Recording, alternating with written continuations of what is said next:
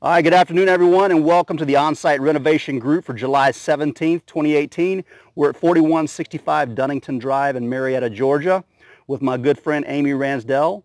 I'm your host, Dustin Griffin. Don couldn't be here today, but Amy is going to be showing us her property today. So we're getting ready to get started. I want to make a few brief announcements. Just want to let everybody know that the Onsite Renovation Group is now meeting twice a month on the first and third Tuesday at noon at a real job site. So we hope you will come check us out live. I also want to mention that I usually broadcast this meeting live on Facebook, but I haven't been real happy with the quality of the videos when I record live. So we're actually recording this live in person, but I'm going to throw up the recording on Facebook after we're finished. So we'll have a chance to edit it and make sure we get a good HD video with really good audio, I hope. But if you want to watch any of our replays, go to facebook.com/onsiteatlanta. facebook.com/onsiteatlanta and click on the video tab, and you'll see a lot of our previous meetings, including this one, once I throw it up online. Also, we have a YouTube channel where you can watch these replays. You can subscribe to our YouTube channel at youtube.com/AtlantaREIA. And if you scroll down that home page, you will see the Onsite Renovation Group playlist, along with a few of our other meeting playlists where we have recorded some of our meetings. So check it out. So we're going to get started. I appreciate you guys all being here today.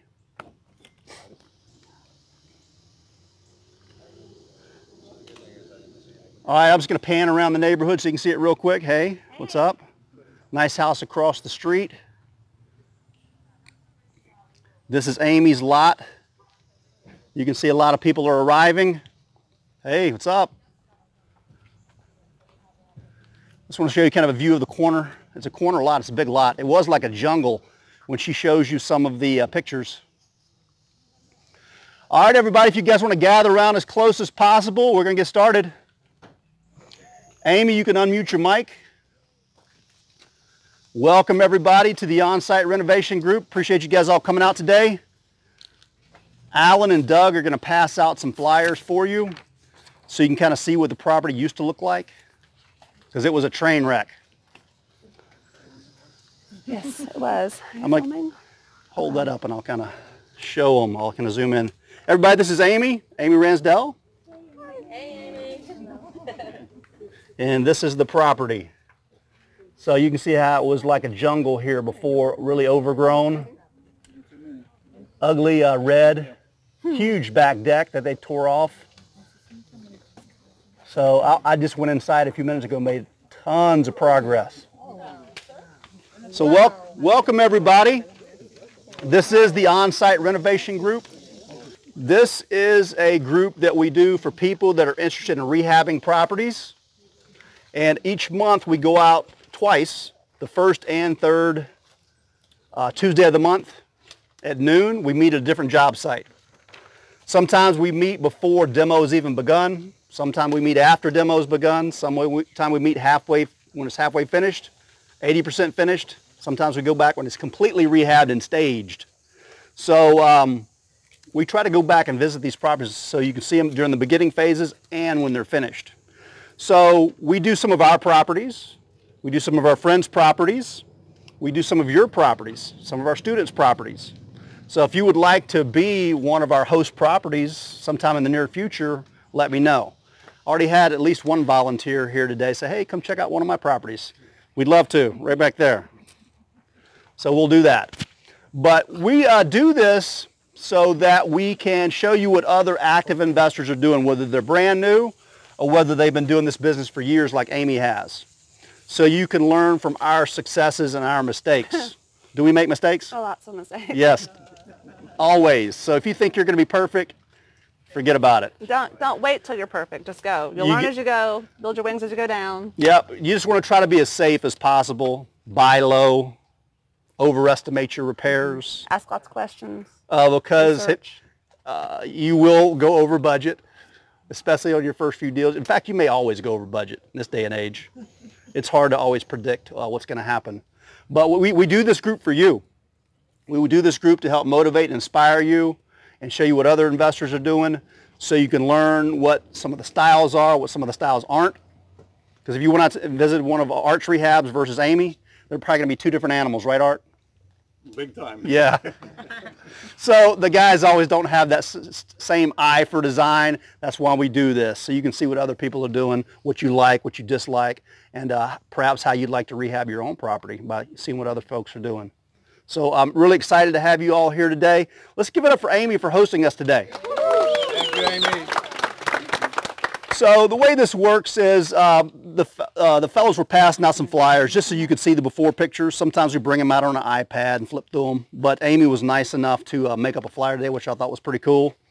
But I usually start off by asking her some questions to kind of set the stage, and then we'll open it up to your questions. We always start on the outside and then we go inside, but today the yard is really wet, so it's probably not a good idea to go looking around because you will sink. But if you're okay with your shoes getting gross, do it. Yeah. It is a little damp out here, so when you get ready to go in the house, try to wipe off your feet as best as possible. She said it's okay to walk on the hardwoods. They're not finished yet, but try to knock off the mud as best as possible. That'd be really great. And also, if you have questions, please raise your hand, and I want to turn the camera around and point it to you and try to talk into this fuzzy mic. That way we can get the people that are going to be watching this at home later will be able to hear you. And please take lots of photos, and you can send me some because I'm shooting videos, so I can't really take still shots. But I want to get started by talking to Amy and asking her, how long have you been doing this? Well, my son is here, so I've actually been technically doing this for close to 18 years. 18 years, since he was wow. little. Yeah. What year would that be? 2000? Yes, I've been doing it. That's about how long I've been in the business, about the same time frame. I think I remember us back in REIA days. Yeah, way back in the day. Yeah. Yeah. Were you even alive back then? Were you alive? Which one? Barely. Were you even born back then? A little. That was 1999, so. Okay, pretty close. You've been doing this you've been with her doing this since birth. I guess. Yeah. Since he was little. I would As he rolls his eyes. I would put him at toddler phase. He starts KSU next year, so toddler phase, I'd say he was at houses with us doing projects. Yeah. I started in the fall. I'm hoping my kids will get into it as they grow older too. Right now they like going into these hoarder houses we do and looking for treasure. Oh, that happens. Yes. We have they that love one here. They love that. We yeah. have some treasures we've saved that are still in the garage that are coming home with us. Sounds good. Well, you've been doing it since 2000s. How did you get started? What got you into this business? A lot of people like to ask me that question, and the honest answer I have is that it was kind of an accident. I really didn't set out to be in real estate. I was I was a biochem major, got an art degree. It's a really long story. I was in biochem too. Yeah. So anyway, I started in home interiors for fun. I had a corporate job as well, and I got married. And that gentleman liked real estate. It was a hobby for him, and he was spending a lot of money on courses and so forth. And I'm a little type A and OC, and it drove me nuts that he was spending all that money and not really doing anything with all these courses and binders wrapped in plastic and CDs. So I just got involved and interested and kind of in the right place at the right time in the industry. Met a lot of really cool people who are, you know, big names now, and I just got to wiggle myself into the right network of learning stuff and got the bug. I never left it. So did you start by rehabbing, or did you start in doing something else in I really real didn't estate? start in rehabbing. However, I was still doing home interiors for people, so I was already inside projects and building and getting permits and building out houses, especially higher end homes in the Buckhead area and out in the Milton, Crabapple area. So I already had the bug for doing the projects. But we started actually doing short sales. That was our primary focus for a long time. We would acquire property through pre-foreclosure. That was our focus. And in that process, that meant that we would sometimes just pick up property that were in pre-foreclosure that didn't need a short sale, and we all know there's ways to engineer that. But we started having a lot of short sales coming our way. So from 01 to 09, that was pretty much all we did. And we processed them for other investors. We did them for ourselves. And so some we would keep to flip and actually renovate, but a lot of them we would almost wholesale, if you will. So we just take title and turn right around and sell it as is. But love short sales. Still love them to this day. Now, you're not only an investor, but you're also an agent, and I believe a broker? I am. I'm a broker. How long have you been doing that? And which came first? The chicken and the egg? Yeah. So I was an investor first. I got the license about halfway through. I saw the advantages of having the license at first. The lazy me just wanted access to property, so I wanted a super key. And I wanted access to the MLS and didn't have to go through someone else because agents always would drop the ball. I can say that about us. And so I got my license. And then I got my license and realized, ooh, I can monetize this thing. So how do I do that? So then I built a team. And then the team turned into a brokerage, and so now we are officially a full-on brokerage, and our niche is investment real estate. So 90% of our agents actively flip for themselves, whether they're doing fix and flips, they're buying cash flow for themselves, Airbnbs. 90%? 90% of our agents are actively building their own portfolios and doing their own flips. Actually, I have a few agents here today. You do. Whether you know it, there's several agents here, and there's several that I'm aware of that are here that are looking to get into investing. Yes, and you should be. So my thoughts are, you should be. Everybody should be. Even if you're really good at volume listings and selling, that's great. That's awesome, but you're really not building legacy or long-term wealth for yourself. So you can go and list properties all day long, but you just have a job, and you're going to be listing for a long time to come. So the whole point of investment real estate is to pad your passive income another way. So why not learn it? And we're a great place to do that. What advice would you have for agents who are getting into this the first time? Getting into flipping? Getting into real estate investing, getting into fix and flipping? What advice would you have for them, well, knowing their background? Okay, well, I would say actually agent or not. If you're going to get into flipping, first and foremost, you need to have a goal or a plan in mind that matches the lifestyle you're trying to achieve through investment real estate. That's number one, whether you have a license or not. I think number two, you need to find mentorship or networking within a group of people who are like-minded and have a similar goal. And that's two different things, okay? So you need that to be able to help you rise to where you're trying to go. You need to find information. Go seek that out. It doesn't mean you need to spend tens of thousands on education programs. They are out there. I was very blessed to be a lead coach for one for very many, many years across the country. But you just need to go find good, solid information and a good network. If you're an agent, well, you've already got the advantage of you know how to assess property, assess neighborhoods, or you should. You're already doing micro market research probably already. So you have that advantage, so use that. On the flip side, I will tell you as an agent, if you want to service investors, come see me, because there's a different way to do that I teach. But Okay. that's the best answer I can give. That's good enough, yeah. Because like I said, I know there's several here that are wanting to get into it, and I always tell them they got to start thinking like an investor. Yes. Because we look at things Good way of differently putting than a homeowner would who's going to move into one of these houses. Right. So you're no longer emotionally buying. That's a good point. So you are looking at everything as simply a numbers project. Does it work? Does it not work? Don't buy it just because you think you can make something pretty out of it. That just doesn't, you won't go very far. And for a retail client, we do that, right? Let's move the couch here because it looks prettier. It's different with investing. I would also say that it's a completely different mindset overall, period. Whereas, if those of you that work with buying clients and you're out driving around in a car to look at a lot of houses, that's just not the same thing. You're going to look at it very different. Your lead gen is about 180 degrees a different way. But yeah, you have to approach it differently. So tell us about this property. How long have you been working on it? How did you find it? How much did you pay? Okay. Just kind of give us a background of why this house.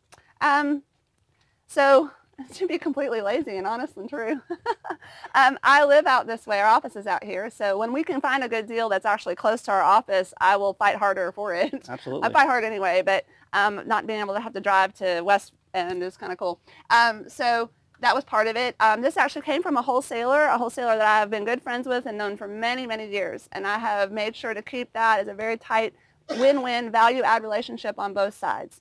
And so when he had this opportunity, I'm right here. That relationship is what played for me. And so instead of him putting this out to multiple investors, he just let me have it for the price he was asking. I know that if he had put this out to multiple investors, he probably would have sold it for higher than he sold it to me.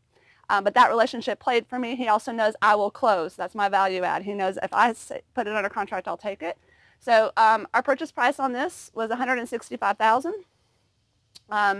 The house, do you want me to tell you the condition? Yeah, you know that? Okay. So condition-wise, the house was, I hate to call it this, but technically a hoarder house. It was 7 30-yard dumpsters to simply get the things out of the house that were here. Yes. So if you think about budgets for that, seven 30-yard dumpsters of stuff. Yeah. Yeah, with thousands of dollars in dumpsters. I fortunately have a good relationship with our dumpster guy, don't we, Caroline? Yes. We do. We have a great dumpster guy. He's mine. Anyway, okay. Is Caroline one of your agents? Oh yes, this is Caroline. Caroline actually runs operations in our office. Dumpster for 30 yards. Well, it depends on who you're going to hire, but your prices are going to run anywhere from $300 and $450 per dumpster, depending on what relationship you have, who you hire. $350 easy all day long. Yeah, $350 is a pretty much average. I get it a little less, I think we do. Yeah, especially if we're doing volume. We are. So it was a lot to clean it out. It wasn't necessarily like a hoarder house where you think of gross necessarily. It was just a ton of stuff. And they had never maintained, upkept, or done anything to improve or upgrade the home in the entire years it was owned. So nothing, literally nothing. So at this point, it was not full of stuff, and they had no air conditioning that worked, and they had just let it not work for many, many years. So there was, window units and things like that. In the downstairs, there was so much stuff that they couldn't tell that there was rot happening. So the whole underneath, the sill plate all had to be replaced because it had completely disappeared. And we had several families of possums living in the house. Needless to say, and they were living, family members were living here with the possums. We did have to replace quite a bit of the subfloor just because of that. It was pretty bad. They had never taken care of the roof or the exterior. The decks were completely rotted through. I actually fell through the deck at one point. I should have been paying attention with a stick. I didn't. The leaves were piled up and fell. It was that bad. The lot itself was covered in trees and ivy, and you can tell that on the pictures. So a considerable part of our budget was also spent to remove trees. So we had we had 9 large trees removed. We had ivy stripped from the trees that we left that were healthy enough to remain. And we had to have backhoes come in and regrade everything and push a lot of dirt around, which is why it's very soft out there. Mm-hmm. But yeah, it was pretty bad. So you paid $165. $65. Price. What do you think the ARV is going to be? So, how much do we have? Well, I want to get to that. Okay, so I'm going to, boy, this is where you lock yourself into something, don't you? All right, so to our lender, and we'll talk about that here in a second too, to our lender, I always like to shoot low on my ARV and low on my budget so that I can over-deliver, under-promise. So my lender thinks we're going to be sub-3 for our resale ARV, sub-300. And that would make sense if you see a few of the sales within the neighborhood. However, a recent home in the neighborhood sold for the high 3s, and houses around here have sold, supporting that. So we're actually going to go over 300, but not considerably more. And I believe that we'll get multiple offers and probably still sell for higher than list. And that's because of what we're offering with the house itself. And so when we walk through, you'll see that. There is a house here in the neighborhood that has not sold. It has extended days on market, which in our market is unheard of. But if you compare what we're doing and what the house offers to this one, you'll actually understand why. So we're going to go for over 3, and I'll give you guys the update on how that goes. Good. That's a number. Good. Now, repair budget. So original repair budget was $65,000. We will go over. So we should end up right around 72. That's our assumption at this point, and that's because we found a few challenges with, again, sill plate in the foundation and some other rot issues, repairing and replacing things that we didn't originally want to replace. So we should be right around 72 as our end goal. Okay. So we're standing on the outside. So what on the outside out here is original, if anything? So the siding on the upper is the original cedar. Well, not all. So basically what we do in order to save money, I do this on a lot of my projects, we will take rot away and piece it with healthy lumber from another part of the house. And that's why you see the board and batten below the band. So what we basically did was took all that rotten around the bottom, and then anything that was rotten upstairs that we found healthy below, we've replaced it. Okay? So now I did not have in my budget replacing my entire siding with hardy, right? And so we all know how to calculate that by linear foot, and have to do that here. So anytime we can save in certain areas where I can go spend it somewhere else, it's important. The other thing I'd like to point out, the roof is new. We added these 2 windows on this end. Those of you that can see the picture, it needed that. One of the reasons I chose to do that is for curb appeal, not just for light on the inside. This front of this house was just so boring and bland and just bleh, garage. Coming before it's done, there's a large cedar California arbor going over the garage doors and 2 gooseneck lights. And there'll be cedar shutters on all of the windows. And then a very large 14-foot deck off the back that looks like the deck on the front. So That's going to be nice. What color are the shutters and the door going to be? the front door, well, we're arguing over that right now. The toss-up on the front door is don't think I'm crazy here. It's sort of a fight between not grass green, sort of key lime, dark key lime green, versus what's called antiquity, which is basically a 1970s ochre. Everyone go back and think about the appliances you grew up with. That color for the front door is very possible. Ultimately, all of the wood, so we'll be matching up the arbor, the shutters, and the decks, and their stain. It'll be not red, not golden either, somewhere right in between. And that's one of those things where I come in and I mix it on site. I'm a little picky about that. Very nice. Now, a lot of people ask me on some of our properties, are you going to redo the driveway? Good question. On this house, we are actually not going to redo the driveway. We are going to patch a few important pieces, but we're not even going to cut across and add any new aprons or anything like that. It's not in exceedingly bad shape enough where it would throw an inspection for it being a trip hazard. That's what we're looking for, really. So we will pressure wash it. We will make sure this thing is nice and shiny and bright and white, which will make it look good for photographs. Right now, it looks like highlight mossy green in certain photos, and it's slippery. So we will clean it off. One of the things that I have found that works really well with selling renovations, especially if you're hitting for a little higher ARV than you originally projected, is to say to the agents when they call, and we make them call. We make them call. You hear that? We make them call so that we can upsell our house and how amazing it is and how urgently they need to get their butts out there, right? So when it goes on the market, we have lots of people in the house the first weekend, and one of the things that we'll say is that a full list price offer with no concessions may have some options for some additional work or bonus items. See where I'm going with that? Yeah.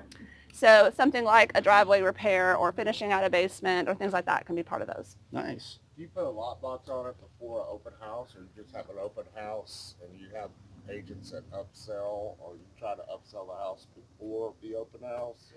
Very good question. So I don't, on a house like this, now, if it's new construction, that's different. If it's new construction, we'll allow people to walk throughout the process, hopefully with renderings, and we would be willing to pre-sell. On a property like this, it's on lockdown. We don't want anybody in here until it's perfect, because one of the things that you want is that emotional, immediate reaction from a buyer. So we don't let anybody in. We will do an open house generally on an evening during the week, which sounds crazy too. And we try to pack everybody in at once. More bodies, the better. I only really need one buyer that loves it, but I need a lot of bodies. And so we try to make sure that that happens and get that emotional reaction at once. So, and then it'll hit the listing. So it's generally, we're putting it out to everybody saying, hey, come now. And in this hot market, we can really take advantage of the fact that they're out looking at properties and getting beaten up on multiple offers. So. Yeah. One of the questions somebody's bound to ask is, what do you think your potential profit will be? That's a really hard question to answer. And I say that because I don't even know how to answer that. How we figure net, and everybody, how you're going to figure net for your actual projects is going to vary based upon your company. So a certain portion of these profits I don't consider net profits because they're going to go towards other things. I do have a JV person involved in here. Would you like to introduce yourself, Tommy? I'm Tommy. Tommy? So Tommy works with me as one of my coaching clients, and this is a project that I have him involved in. So I'll be actually sharing a small portion of the net profits with Tommy, and he's in exchange been doing some hard work for us and learning along as he goes, which is kind of fun for us and for Tommy. So net profit could range, but I'll tell you what I will do. This is what I'll offer. As soon as we have this sucker under contract, we're binding and we're past due diligence, I will actually fully share all of those numbers with all of you if that's cool. Yep, and you did say you're going to have us back too, right? I'd love to have you back. On the profit thing, let me just add, I have a private lender on this. So those of you that understand the difference or the power of a private lender versus a hard money lender, this is one of those houses that really makes that a powerful thing. So some of you might be running through your head numbers right now that if you're paying 15 and 5, what would your profit be? Well, I don't pay 15 and 5. I pay a lot less. What is a lot less? A lot. Like A lot. a lot. We're talking about 30% less than hard money on average, depending on the deal. And the cool thing about private lenders and how you posture that is that I am not putting out any monthly interest payments. They receive all of their profit at the end just like we do. It's a team effort, which is really great for us, so we're able to control our monthly fixed costs and be able to do more projects at once. Does that make sense? Yep.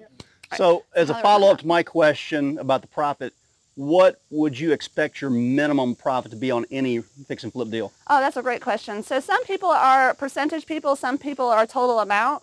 To me, it's kind of a tier, right? I want to make no less than $25,000 if I'm working on a flip sub 250 ARV, and then I'm going up at least 10 every 100,000, right? Now that may sound like that's a thin margin, okay? But on occasion that really makes a lot of sense, and that's your net, not your gross, okay? But that just varies too. Some people are saying, I won't touch a house unless I can make 15%. Some people won't touch a house unless they can make 45,000, right? And I think that's just that varies based upon, again, your goals, your infrastructure, your costs. It really is a variable answer. Very good. So I want to open it up to some questions from the audience. And by the way, we do have water if you got here a little bit late and would like some because you're hot out here. And if you can't hear in the back, you're more than welcome. Just kind of squeeze through and move forward a little bit. But we're going to pass out some water here for anybody that wants it. Doug, you can help out a little bit. Thank you. That's a cool phone. What is that? It's a phone. I was like, is that an It's like a whippoorwill. Amy, what is that? Yeah. Is that you? Yeah. I won't shut it off. All right, so who wants to ask some questions? Johnny. What's up, Johnny? And say it real loud so everybody can hear you. You said you found this house through a wholesaler. Mm-hmm. How long have you had that relationship with the wholesaler? And did you start the relationship with the wholesaler prior to? So the truthful, We want to know all this hard money lending. I would say for the wholesaler. So I'm gonna count back.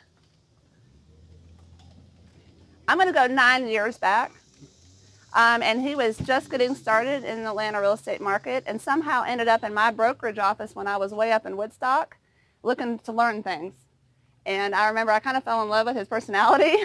He was real driven, a real go-getter, and honestly, I wish I'd hired him 9 years ago and he was working for us. But he's really talented at what he does. So we've just stayed connected over the years and we were part of mutual masterminds and in several things together as he's grown his business and I've grown mine, and it's a strong relationship. Now, did you have a question about hard money? Yeah, we want to know about the hard money loan because when I did my first, second, third, and fourth flip, I used all my cash.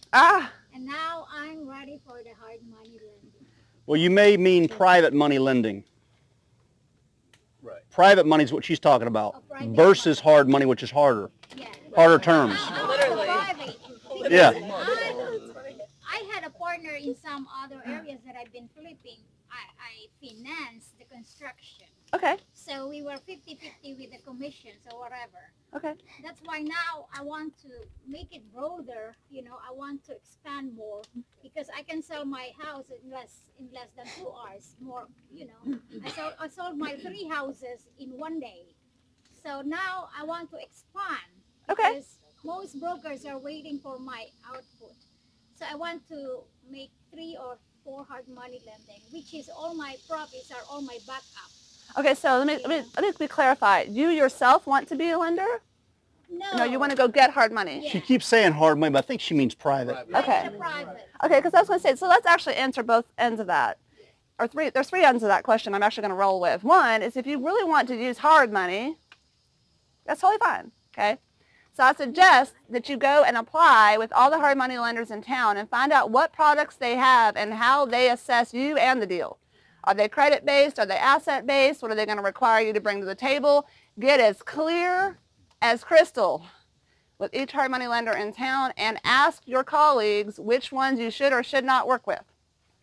Do we have any hard money lenders here today? I There we thought go. I saw at least one. Yes, you guys do some internal, don't you? What Yep. is that? Yeah. I'm with Network. We do deal, but we also have an in-house sister company that can do your own things. Yeah. They do, and I have one of our team has actually, I think, done the whole thing with y'all, where they've from start to finish. So just make sure that you just ask. I have over the years referred a handful of the same hard money lenders because I know they close, and I also am able to match how they lend to the person. Okay. Private lending, to go find private money, that's something that you can go learn. You can go. There's all kinds of ways to do that. But a lot of times people that you already know, investors right here, standing here right now, may have cash liquidity that's available right now that you could secure to a project, and they earn money on their money passively, is really what that's like, or what that's about. So we raise a lot of private lenders who are already investing their money in mutual funds. They maybe have it in IRAs or 401ks, or maybe they are actively trying to manage the stock market on their own. Whatever it is, they have an investor mindset, but they don't want to do a lot of work. And they certainly don't want to get dirty on a project, right? If you personally want to lend money, that's great. Just make sure you vet out the person you're going to loan it to as strongly as possible. and make sure that your money is secured and that you're listed as additionally insured as well on the policy as the lender. And a unique advantage that you have is that you've done your first 3 or 4 deals successfully. Successfully. So, One day in the market, yeah. people offers and sometimes 10,000 over the ARB, Yeah. 10,000 from the lease price. So your posture for raising private money is easy because you've done it. I did. I just. You've got a proven track record. Yeah. I learned some from my friends. 10,000 here, 10,000 there, 10,000 there, 10,000 there. So I got because what I found out in the hard money, there are a lot of documents to be submitted, which I hated. In hard money, yes. And Private hard money, not as many. Lots of documents, and they have the points, and they have the processing. That's why I didn't get even. And then sometimes when you have this like kind of distressed property, they don't like that. They will disapprove. Right. You know. All right. So this is one of the reasons why we teach and encourage raising private money. Right. Not that there's anything wrong with hard. There's a time and a place for that. Absolutely. Okay. So, but we could do a whole class on that. Yeah. So, anyway. Yeah, right here. Yeah, Amy, you alleviated to some foundation issues you had with it. Just a sill plate that rotted out. Yeah, it was just a sill plate, and we just found we just needed to handle that. Okay. So the house was, other than that, quite solid. We're happy because again, we couldn't even get in it. When I say I couldn't get in it, there are rooms I did not step foot in. We just hoped that everything was going to be okay. Yeah, I know the feeling. So, Yep. yes. All right, we got a question back here in the back. Yep. I want to know how long it took you to do the renovations, like from beginning to now. Okay. How long did it take you to do everything? So we just acquired the house mid to end of May. So we're about 5 weeks, I think, total into the project. We should be done. This is actually this should be on the market this week. So we'll be all in probably 7 weeks total. We actually have staging scheduled for next week, much to my contractor's chagrin. And I'm really not wanting to change that day so that they'll basically sleep here from now until next week. So we're done. How long did it take you to get permits? Permits, so the thing about permits, it depends on what you're trying to get permitted. That's really the answer to that, and any of you trying to do houses. If you are not opening up walls, you're not doing things that require engineering or architectural drawings, getting a permit can be very, very quick. And in Cobb County, it's online, it's fast, and it's simple, okay? If you are in town in the city of Atlanta and you're trying to add additions and pop tops and all that kind of stuff, you could be in permitting for a couple of months, okay? And just remember, too, that the more extensive the project, you got to go through that permitting cycle of them coming out to inspect and re-inspect, et cetera. Just understand that that's going to add time to your timeline of production. Who pulls your permits? My contractor does. So I actually have Kurt, who does a lot of this type of project for me. This level of ARV is Kurt's team, and he's responsible for all of that. Yeah. Art. Georgia, does GC have to pull? Can. Oh, okay. Owner can. Owner can. Owner can. Always pull out the permit. Yes, owner can. Now, again, we all have different styles of how we do things. I think personally, I expressed to you that I'm a mom, and I have 3, and I'm a single mom. They're my kid. That's it. They're my time. So I probably spend more than I need to spend on a contractor side to get them to do more for me. Okay? Whereas some of you may have the opposite. You might want to keep all that internal and go do everything yourselves, and I totally get that, right? But I prefer to do it the other way around. I'm getting ready to start 2 very large new construction projects near here. On those, we will bring in a GC to pour footings and do all of the rough framing, and then we will sub out everything from there forward, but I'm still going to pay a project manager to do all of that, and not me. So when he's a licensed GC that will serve as project manager. Yeah. Art? The contractor is behind schedule with your timeline. How do you get him to get on the stick with it? Hello. Wish Kurt was here to answer that, because actually that would be really funny to hear his response. So there's a couple of different ways I like to handle a contractor being behind. One is that I hope all of you have a written contract with your contractor. I think that's essential. So in your contract, there should be clearly defined penalties and maybe bonuses as to how you handle them, right? I've tried every different way. I'm not going to stand here and tell you I have the actual, true, best answer in the universe. I don't, okay? But I will tell you that not always penalties work. So you can have a structure where they make less every week that goes past, or a daily per diem that they get charged on their fee that it's not finished on time, unless, of course, it was a change order or an act of God that caused it, right? Another flip side to that, though, is maintaining a strong relationship with them, and I like to do the bonus side as well. So if it gets done under budget and on time, there should be an incentive for your contractor to do that again. Not to shave corners, but to be under budget and on time.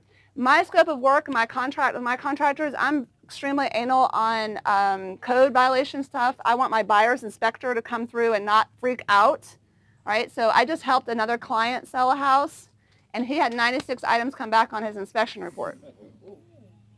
So you look really bad to the buyer and the buyer's agent, and they start to freak out that you have, this house is going to burn down around their ears, right? So that's my big thing with my contractor is that, in fact, I think he's pulling up, that I want to make sure that we don't have any major issues on a home inspection. And so they don't receive their final payment from me until I have walked through and I know that that list is taken care of. We do a pre and post inspection ourselves ahead of the buyer's inspection. So everything has to be good, and I have to approve its condition. I do what's called smurfing. I go through and blue tape everything. He doesn't like that either. But all of that has to get corrected before they get the final. And so I suggest that for everybody too. Do you provide seller's disclosures? Good question. Who said that? Selena. Okay, I heard it. I didn't know where it came from. What is that? So you provide seller's disclosures. I know as a buyer's agent, a lot of times when you're looking at a fix and flip and you're like, oh, this is a fix and flip, and you're gonna be no seller's disclosures on this. It's not totally a bad thing because as a buyer, they still have the option to purchase a home inspection and figure it out on their own. Right.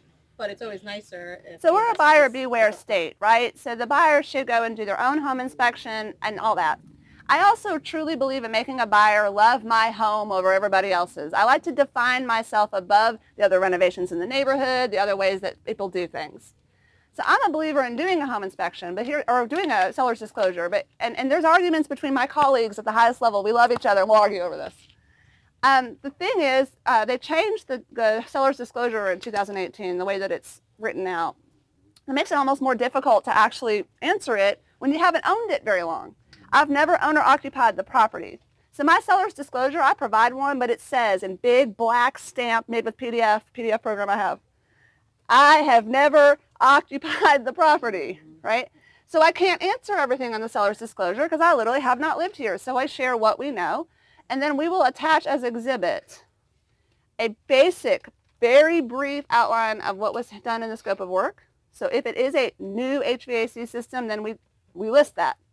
And then we offer to them any certificates that we have or warranties or whatever from any of the subs or anything that we had to do. Like if we had to mold remediate and we got a bill of health certificate, we're going to add that to the seller's disclosure. Because I want them to love my house over everybody else's. So that even if my buyer's inspection report came back and it did have 49 items on it, right, there's not going to be as nervous because they see how well organized we are and how much we care about the project. So they're confident. They're with me. Got two quick questions based on that. You do a home warranty? Ooh, I highly suggest that you include that as something you offer, or the agent that's helping you list the property, that's something that they be prepared to offer. So yes, I highly suggest just not the big one, but like the middle range, like First American one is usually what we do. With, I'll get you in just a second. My follow-up question. Was it 450? I think. My follow-up question before I take a few more questions before we go inside is, what do you do to really make them say wow when they walk through the front door? What do you really do to set yourself apart from all the other fix and flippers? Okay, so I'm a believer in staging. So that needs to be in your budget, and I don't mean Chotsky staging, and I don't mean even the minimal staging. And my stager was here yesterday. We were walking through it, what I want to do on this one, and she said, well, we charge per piece, and some investors will be like, I don't have any money, so there's no end tables. Have you ever been in a house like that? There's just a sofa and a coffee table. There's no end tables, right? I believe in doing the full on staging, especially if you're going to be in an ARV close to 300 or higher. You have to. If you're going to be below 200, then okay, you can at least stage your kitchen, stage your bathrooms, shower curtains, nice white, fluffy, spa-type towels. You got to do something to make people connect with the property. I also believe that great photographs are really important. Have a professional photographer do a drone if you're over 300. And so that you can even have them having an emotional connection to your house before they get here. So they're like, I don't want to see any other houses to their agent. I just want to see this one. So that they're so attached that before they even get here, they're writing an offer. Now, speaking of photos, do you take the photos or do you have them professionally done? Always hire it done. I'm a great photographer. pat myself on the back. No, no, I love taking pictures, but no, hire it done. So I believe in hiring lots of things out. Don't go out there and try to become the best photographer. Go hire someone that's all that they do.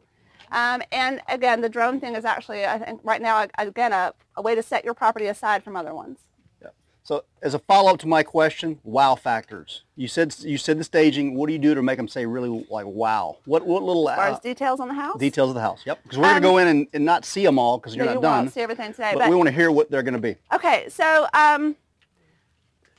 there are a lot of things that aren't expensive that make your space look better than builder grade or bland, or anybody here has probably been through a house that a hedge fund renovated. I always know those, right? When you go into a Fannie Mae renovation, I call it vanilla manila. Vanilla carpet, vanilla walls, and builder grade light fixtures, right? So we don't. Where I can spend a little bit of money to get a lot of bang for my buck or to add a few details. So you'll walk into this house and we're doing the whole Joanna Gaines thing on this, because we know the buyer out here, and they love that. So we got lots of shiplap. Shiplap is not an expensive option if you're just adding it strategically, right? Light fixtures are a great way to add sizzle. It doesn't have to be every light fixture. So we'll use contractor packs and contractor grade fans. You'll even notice I don't have light kits on my fans. That's a running argument with my GC. I don't do that. I buy the $45 contractor pack fans. But my dining room fixture was expensive, okay? There will be 2 sliding barn doors on the access to the dining room. People are really into that. So little details like that. On your curb appeal, simple things like my doing that arbor, it is not expensive to put that arbor on this house. It will set me aside from every other house, right? And then little details like I'll put a big planter on the porch and a welcome mat, and I always take a picture of the welcome mat, and it always says something like home sweet home, right? So just little things like that. Again, it takes their eye away from everything else and just makes them feel good. That's your goal. When they walk through the house, they need to feel good. They need to feel good on its walkthrough plan, the color scheme. It can't feel disjointed. It can't feel schizophrenic. It can't feel like Disney World. It needs to breathe. Okay? It needs to breathe. And if you can accomplish breath in your renovation, your house will sell better than someone else's. Do you do anything to make it a smart home? Ooh, great question. Currently on my scope of work, if we're above 500 ARV, then I'm adding all kinds of smart home features. So I want to have a whole house radio system. I want to have I may even put closed circuit cameras. We definitely want to do low voltage lighting outside and have it connected to the system. Like that's a really cool thing to do when you're sub 500. But the real answer to that, okay, the real answer to that, you make choices on your renovations based on what is selling, right? So when you're going to pull your ARV, you're also paying attention to what they put in their houses. If all the houses in that neighborhood are smart homes, or they're green, they're high energy efficient, they all have brand new windows, then what do you need to do? Yep, the same thing that just works. Same thing that just works. So you better be buying cheap enough to have room to do those things, right? Hi, Kurt. So talking about you. So you want to make sure that you are matching it up. If all the houses in the neighborhood have architectural shingles and not just 3-tab, then what are you putting on your house? Architectural shingles, right? So same thing goes with even decisions like that. If I'm in like a Buckhead neighborhood, if I'm in off Chastain Park area, I'm doing a whole different level of finish, level of fixtures, level of features than I'm going to do out here.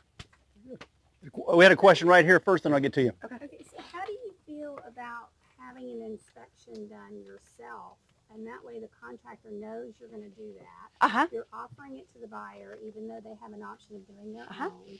And you're keeping your contractor in check, and they know the chances are you're going to catch it, and they're going to have to come back anyway. Great question. Okay, so I am a huge believer in doing a pre and post inspection. Maybe. So I would definitely do a pre and post inspection, and you can it's a great way to make sure that your scope of work is including any issues that would be inspection issues. That's a great way to mitigate for things that are going to show up later. Okay? It's a great way to know what you're going to run into on potential change orders, because now you know from the front it was in that original bid as part of your scope of work, right? And then I like to do a post inspection because I want to know, well, what did we not actually get done? It needs to get done. Can you offer it to the buyer? Sure, if they want to take it, but I still, always a broker, I always still would prefer they're doing their own. I don't want to be liable for that. They could come back on me and say, well, you hired the guy, maybe you bought him a steak dinner.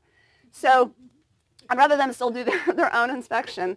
But I think that's really great. We actually have a home inspector that we refer all our agents to use in our office because we want we want them to do that. How do you handle lead-based paint? And do you look for homes that fall within a certain age group? To avoid that? Okay, so we all know that sub 1978, there's lead-based paint, and you're supposed to fill out a lead-based paint disclosure. As a broker, I require lead-based paint disclosure on every closing. Okay, it just needs to be done. You can properly mediate lead-based paint. It's not as crazy as an experience as you might think to handle it the right way, but you should. So the thing is, if you walk into a house to do your original scope of work and you find asbestos or you find mold or you find lead-based paint, those are all things that are issues that need to be mitigated, right? Remediate them the right way. So part of you, when you're in your due diligence, go get bids to have it done the right way. Some things can simply be encapsulated versus removed, and that's a lot less expensive than sometimes removal. Okay? But in your older houses, those of you that are renovating in town, those houses are all old. I mean, those are 1940s and older, right? So you're going to be dealing with environmental challenges on all of those. So I got two questions. Speaking of old houses and drones being the new fun thing to do for your pictures, do you still do a drone photo in a transitional neighborhood like Bankhead, where your house is going to be the purple elephant on the block and the prettiest one to park? Are we talking about one that I know about? Across from English Avenue Park. I know this house well, somehow. I wonder how. I would say, okay, so, let's just... Or do you just keep everything very... Okay, well, they're still going to be surprised when they get there. Okay. Right. But here's the thing. When I say drone photos, I don't necessarily mean that you have like a golf course house, so therefore you're doing the big sweeping, I'm home of the rich and famous, and I'm driving down the street to see this palatial estate. It's not at all what I'm talking about. I do love, some of the photographers do really great entries, so you're just coming from the front sidewalk, through the little picket fence, through the front door, and into the kitchen. Sometimes even that alone. And here's why. Social media right now, it is predicted that by the end of this year, over 70% of everything that you see on social media will be video. If not higher statistically. You have to be doing video. And what does drone do? It aids you in that process. So it's not just about your house or your client, if you're representing an investor, getting more people to go, wow, this house is standing out from this house because they have a drone video, which, by the way, it's not even what's in the video. It's the emotional reaction that it was a video. That's what they're responding to. But that gives you something, you're laughing about that. It gives you something to post on social media that accomplishes video. Okay? So to me, it's worth it on several different ways. And those of you that are agents and are marketing property, the more you're marketing, the more other business you get. So just thinking about that. Do you always use a GC for your repairs? Oh, very good question.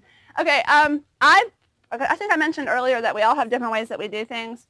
Me personally, I like using a GC, okay, or a project manager, and we'll get to that in a second, or I can try to describe, because I don't want to be on site all the time. I would rather pay more for somebody else to be in charge, but it's somebody I trust, somebody we built a good relationship with, things are still in writing, there's still a contract, there's still all those things to protect you. But you can sub things out yourself if you feel confident, and there are a few people in our team that actually sub everything out themselves. I'll get you both. How often do you show up on site? Oh. Great question. Very important questions. Yeah, skirt that. Huh? Every day? No, well, okay, I don't believe... So they love you? Right. They don't love me. I did have a contractor in my past basically tell another person on the team that I couldn't be there at the same time he was there. Ouch. I'm nice. I'm sweet. But no, I don't believe anybody should be an absentee flipper. That's right. Okay, now, those of you that teach or learn remote flipping, okay, that's a whole thing. I can be living here and flip a house in San Francisco, right, and be remote. Okay, but again, you still got to make sure that you got some boots on the ground that are showing up to make sure that people are on site, that the quality is where it needs to be, that the job site is safe. Those are things that you are checking. So I do come to my flips every couple of days.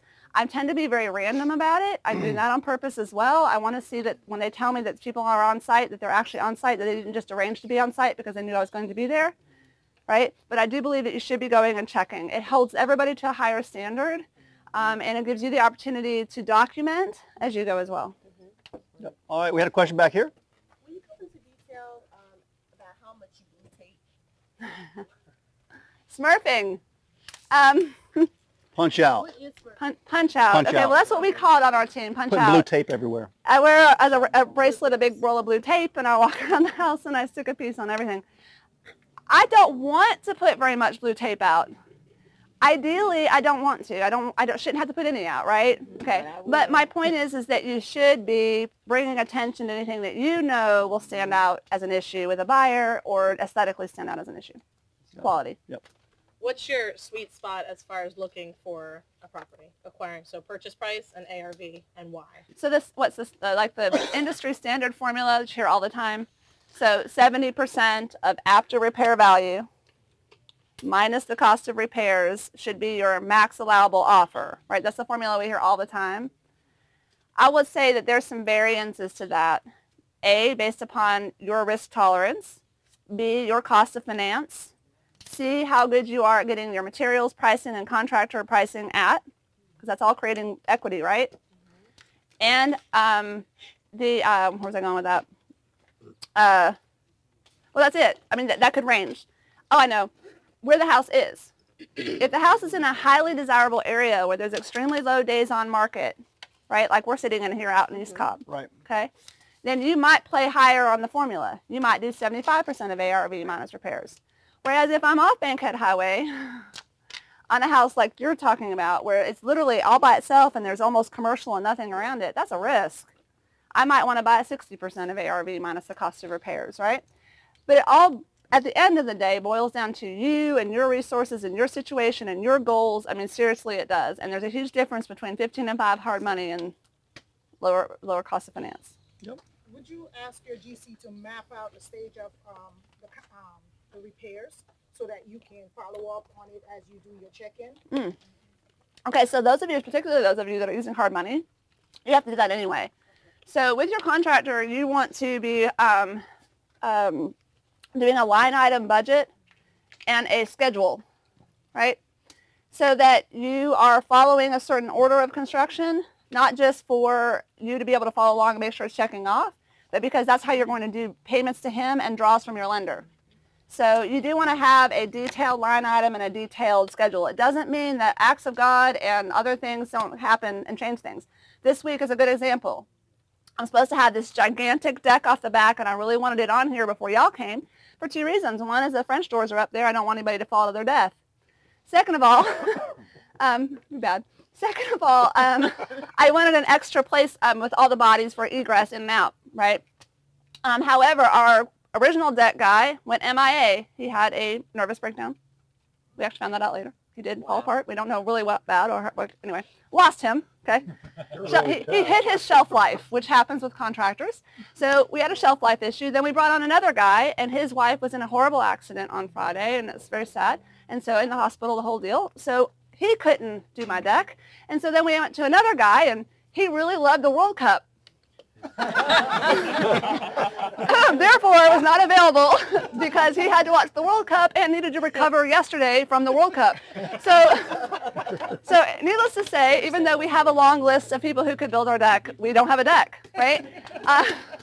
So I'm just saying. Yep. Yeah.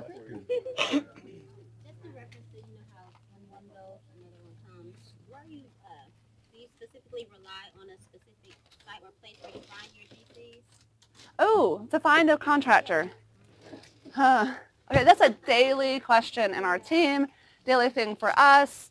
That's just a general challenge. Some tips on finding contractors.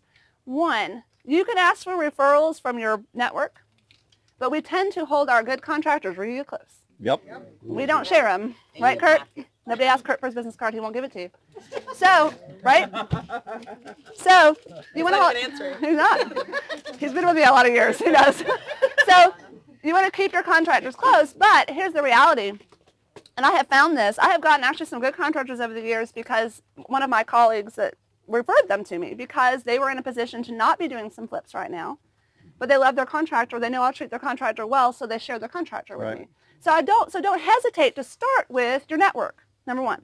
Number two, you can go online and look at all kinds of sites that have ratings of contractors and go through the list and call them. But here's a couple little tips I have for kind of getting past that. 2 places to go. Caroline knows I do this. Where'd she go? Our Home Depot Okay, they have a contractor desk, pro desk, right? That's where the lumber is, not where the check-in area is, right where the paint is, the other side. So I'll go get dollar coffees at McDonald's. I'll get 2 trays of dollar coffees, $8. I'll go at 7 a.m., 6:45, I'm standing outside the door and they roll it up, okay? Yep. And I go talk to the guys in the pro desk because they know the subs and the contractors that are coming through there regularly. They have consistent work. They pay their bills. They're watching what they're buying. They're having conversations with them. That's a great place to get referrals. Some of my best subs I've ever had over the years, I got that way. And in the same vein, your lumber supplies are the same way. So those of you that are doing large addition projects, things like that, so your Loomis, ABC, places like that, same thing. Those guys know the contractors that are awesome, that pay their bills and have consistent work. And those are the ones you want to talk to. Just make sure that any contractor you hire, you're not a retail client, you're a wholesale client. So even if they're awesome, you still may not be hiring them because they're going to charge you retail prices. Yep. All right. I just want to tell everybody, we've been keeping you out here as long as we have because we're all in one area and you can all hear better. Once we get inside, it's going to be more difficult for you to ask questions and hear the answers, especially as we spread out. So before we go in, do you guys have any other burning questions we can get to real quick? What is the impact of weather on your timeline, like snowstorms, days of rain? Oh, and boy, we've had the rain. I'm glad because we're not under like a water ban or anything right now, which is kind of cool. It's going to impact it, and that's one of those acts of God type things that you can try to have within your contingency. So what, I put a 10 to 15% money contingency in my budget. I also put a 2-week contingency in our timeline for acts of God. Because it could be anything. It could be that a tree falls on the house. This almost happened here. You got to play for that. Now, that being said too, if you're going to go and do new construction or an addition on a house and you're buying it Christmas Day, January and the first part of February are the coldest times in Atlanta. What's wrong with the ground? Frozen. Frozen, right? That might hold up your process just a little bit, okay? No, that too. And during the spring, when we have lots of rain, right, that's an issue, right? So just be watching what's happening. Same thing with heat, intense heat in the end of August. Everybody moves slower. One question. I noticed in Googling the property, which I do as a real estate broker, is I noticed there was construction in the front. Did you have to put in a new sewer or water line? In the Google Earth photos, there was construction going on up and down the street. Huh, I don't know. That wasn't us. In front of your house. That wasn't us. I'd be interested to see what the stamp for the Google, when they did the Google truck through here, because it always tells you how many years back it was. They may at one time had to run new sewer lines or It looked like they were running some sort of line. Yeah, not since we've been here. Oh, okay. Yeah, all right, back in the back. Amy, you teach social media. Yes. How can we find out when you're going to be teaching it next and what's the schedule? Great question, because I want to attend that class myself. Oh boy. Repeat the question. She teaches social media classes, how to market online every now and then. We're all curious how to hear more about that. I teach a class called Social Media Success Academy. It is a 3-week class, 1 day a week for 3 weeks in my office in East Cobb. It is an intensive workshop designed class. I take you from having fun on social media to intentionally using it to generate business.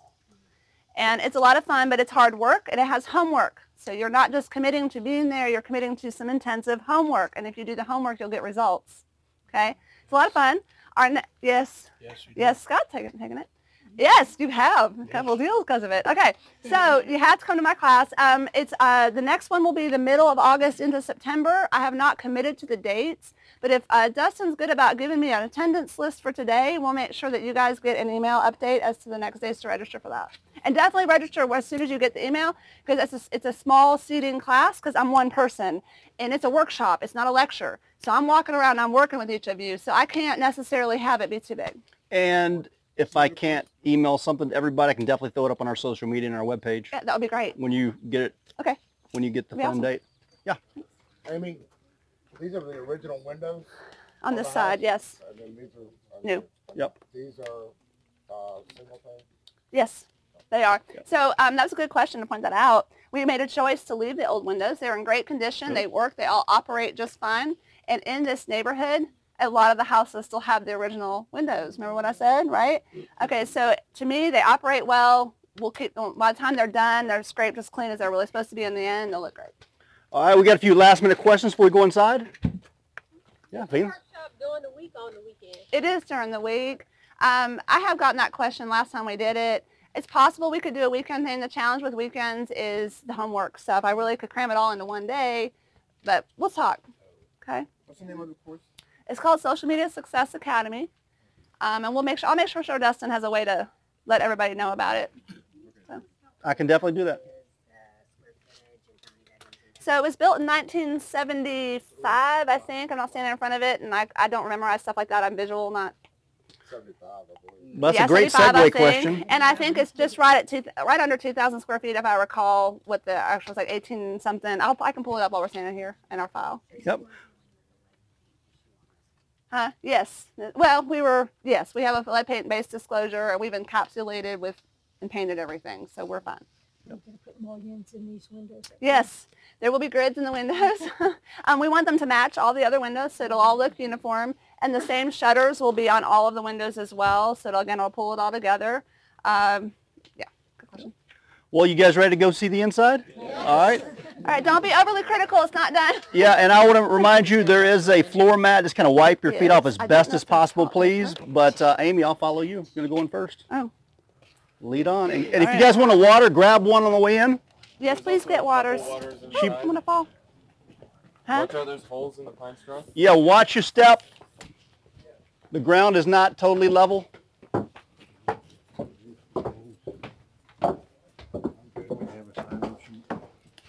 You can if you want to, like the kitchen counter. Yeah, because if you mention that that social media class she was doing, if they want to put their name and email on it, that may be helpful. And or cell phone number.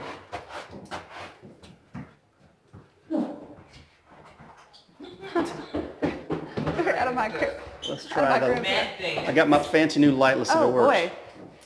Yeah. Wow. Yeah, you look like a movie star. I'm sorry, pupils. Should I do jazz hands? Yeah. You want to start in the biggest room? Yeah. It's going to take a minute for everybody to get in here. And if you want to open those windows, if I get a little breeze going through here. Hey, Doug. If you want to help crack any of these windows except for those doors, we'll get a breeze going through here. If you want to help crack some of the windows. That's cool push. That's the French door. Yeah, don't go out those, Doug. Yeah. Please, nobody walk out the front doors. Yeah. Everybody come all the way in so we can fit everybody. Definitely don't go out those doors.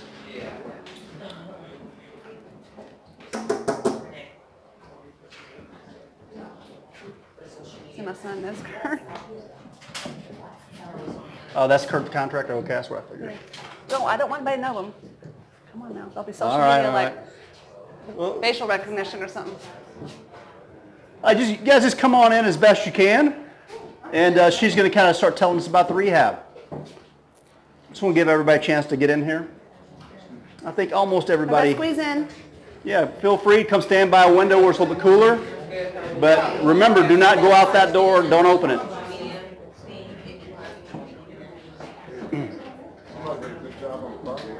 I'll tell you what I'm going to do to it though. I'm sorry. Big first step. Don't do it, Art. Oh, it's 347. We like you. Don't do it. We have a whole sign-up sheet, so or a login, like a landing page. I'll make sure he has it. Oh, Sprite. Yeah, I'm going to adjust it here in a second.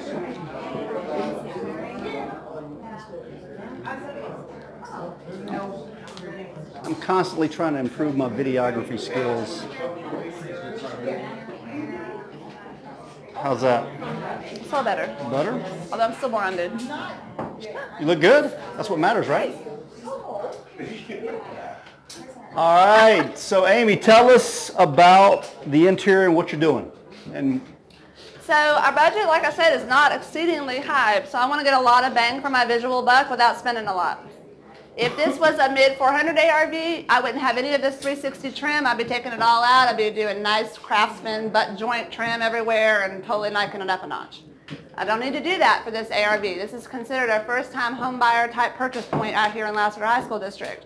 A lot of families will be blessing God to be getting in here, excited for their kids to be in these amazing schools when the average median price over here is much higher. So I just want sizzle without spending a lot. So if you notice, like we've left the paneling.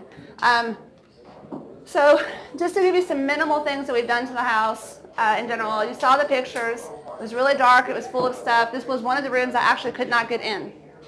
I was able to wiggle my way around to that door right there. On this wall used to be a mural of glass, like birch trees, glass, 1970s. Anyway, it was very, very dark. Ceilings were textured, so we smoothed the ceilings throughout the house. We've done hardwood floors throughout the entire upstairs except for the bedrooms. I'm a great hardwood floor guy, so to us it's actually more economical to do the solid 3/4 inch floors than it is to put down a pre-finish. So again, that's a relationship thing. Okay, work those.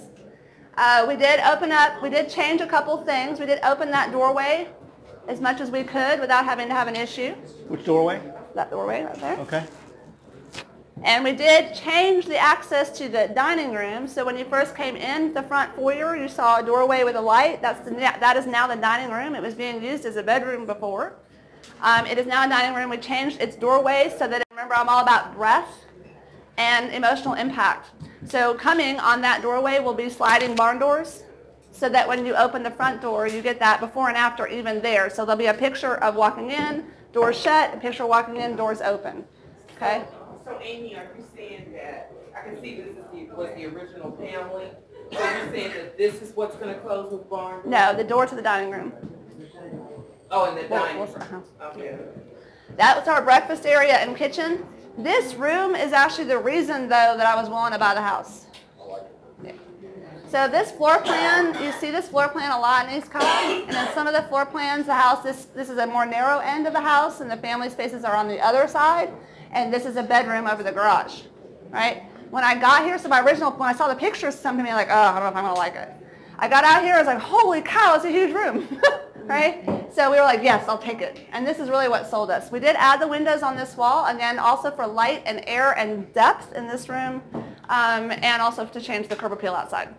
So. Now, we all know the importance of lighting and making it kind of light and open. When you say breadth, tell us what you mean for the men in the room. What do you mean by that, breadth? The men in the room. Is that boy? I don't know. Statement of you. Yeah. There might be somebody in here offended. I'm just saying. Art, don't be offended. A house. I know Art. He's not offended. What do you mean by breadth? The room has to. The house needs to breathe. I said that outside. That's a subconscious psychological connection with a buyer. When a house feels claustrophobic, you feel closed in, it's hard to navigate around things, it doesn't make sense consciously, even or subconsciously, as to what the space is for and how to move through it, the house no longer breathes. And so they will internally shut down on their love of your house, okay, and they won't want it. And well, this is the art major in me coming out maybe, I don't know. But it really speaks highly if you're able to get them to feel like they can breathe and grow in your space. So light colors, I don't like to shift and change colors very frequently. The space flows. Does that make sense? Maybe I should do that. That does make sense. Go with the flow. Flows, okay. Any questions about the room we're sitting in right now? Are you going to leave the stone around the fireplace? Great question. So I am going to leave the stone, but here's the thing. Steps up. Let's get a picture of it. So at some point, if you get up close, you can see this. At some point, somebody bought rock in a can. Do you know what I'm talking about? Yeah. Go to Home Depot and buy rock in a can. You can buy it. It's spray paint that looks like rock, or it's supposed to. Textured paint. So somebody at some point painted the stone with rock in a can, and they painted that beautiful wood mantle on top with rock in a can. So instead of us trying to sandblast that clean, we're just going to leave it. We're actually going to paint over it. We're going to be painting it Dorian gray, which is the same color as the interior doors. And then I'll be doing a little bit myself. I'm going to come over here one night, and I will be using a semi-transparent stain on top to sort of give it some depth and so forth. And that comes back from my old interior design days. For the mantle, we're going to be wrapping that with raw I'm just tired. We're going to be wrapping that with cedar or rough-hewn lumber. We're tossing that up right now. The rough-hewn lumber, because I want to get that same warm wood feel in here that we're accomplishing outside. In the kitchen, on the, oh God, that's so bright. In the kitchen, on the wall in the very back, again, I'm all about flow and breathing, all right? So we'll have the warm wood here, and that very back wall in the kitchen will have 3 rough-hewn lumber shelves on open galvanized pipe that will also bring that warmth of wood into that room. The stager that I work with, she has been working with me for years, and she knows how extremely picky I am on breathing and flow. So we will have almost 0 patterns and 0 colors in the staging. It will also only be warm woods and white fabrics. So again, we just pull everybody through the space, and every room feels like it's connected to the other. Well, pull us through the space. I'm pulling you through the space. Pull us through the space. Show us the kitchen. Okay, so living room. This is our breakfast nook. We'll be staging it as a breakfast area. There's a huge, like I mentioned, there's a big 14-foot deck that'll be off the back. So this room will feel like it extends beyond the kitchen because of that large deck, and we will stage the deck. Those French doors open out to it. We are going to be staging it with a homework area here, again, to help families imagine themselves with their kids in this space. Okay, yeah. By the way, notice this. We do have a transition for the floor. We had to make a decision. Again, it was a budget decision because this floor was higher than the rest. It's a long story, but we made that decision. Nice white cabinets. There used to be a door here for the dining room. So my kitchen actually didn't start till here, if you can imagine. And there was a very large fridge sitting here. We will be doing a counter depth fridge. Everybody's aware of the difference between a standard and a counter depth. Counter depth fridges cost more, not a lot more, but they do cost more, but it will sit back flush with my countertops. So again, I accomplish breathe and flow, right? To me, I will get more from my house by doing that. So it's worth the investment. It's a gas range. I only do gas in my houses. People don't like electric flat tops unless I'm in a rental in Lakewood. Okay? So gas range. We'll do an open exposed hood. And there will be subway tile. It's actually a diamond shape tile that will go from counter to ceiling for the backsplash. Again, I don't like things to stop abruptly ever. You'll notice that about my projects. I never change colors on an abrupt exterior corner. I never take tile only so far up. That's always in our initial budget, if that makes sense. Yeah. So that's our kitchen. Yep. What kind of countertops? We will be putting in granite, although right now I'm being arm behind my back. I've used the same granite and cabinet guy for 7 years. Absolutely love him. He now supplies quartz. Quartz is beautiful. I've got some questions about its porous, how porous is it, etc. But it's beautiful, and I can accomplish what I really want in this kitchen, which is an almost white counter with a very small amount of gray. Again, I want breathe and flow because it's a small space. If I go with granite, I'll be going with something probably with pearl ice, if you're familiar with that one, which has just a little fleck of amethyst in it, which I don't necessarily always love, but it's gray and primarily white. So there'll be granite. Undermount 60-40 sink in the kitchen with a restaurant-style faucet. We were going to do an apron sink, but because we had to spend more on sill plates and etc., we axed the apron sink. The apron sink would have cost me $600, and instead I'm going with $120 60-40 undermount sink. Amen. Right? Okay, so you have to make sometimes adjustments and red line things that you want to do. What kind of hardware are you going to be using? The hardware in here is going to be what's called a Euro bar, if you're familiar with that. And we are going to be doing a brushed nickel Euro bar in here, not an oil bronze, which maybe sounds a little counterintuitive, but people really won't notice that, and our appliances are stainless. So again, it will blend right in with everything else, as long with the galvanized pipe that will be used to hold up the rough-hewn lumber shelves. And there's a little bit of silver in here. The light over the sink has an oil bronze cap on it, but it's an open glass bowl. So. Why no can light?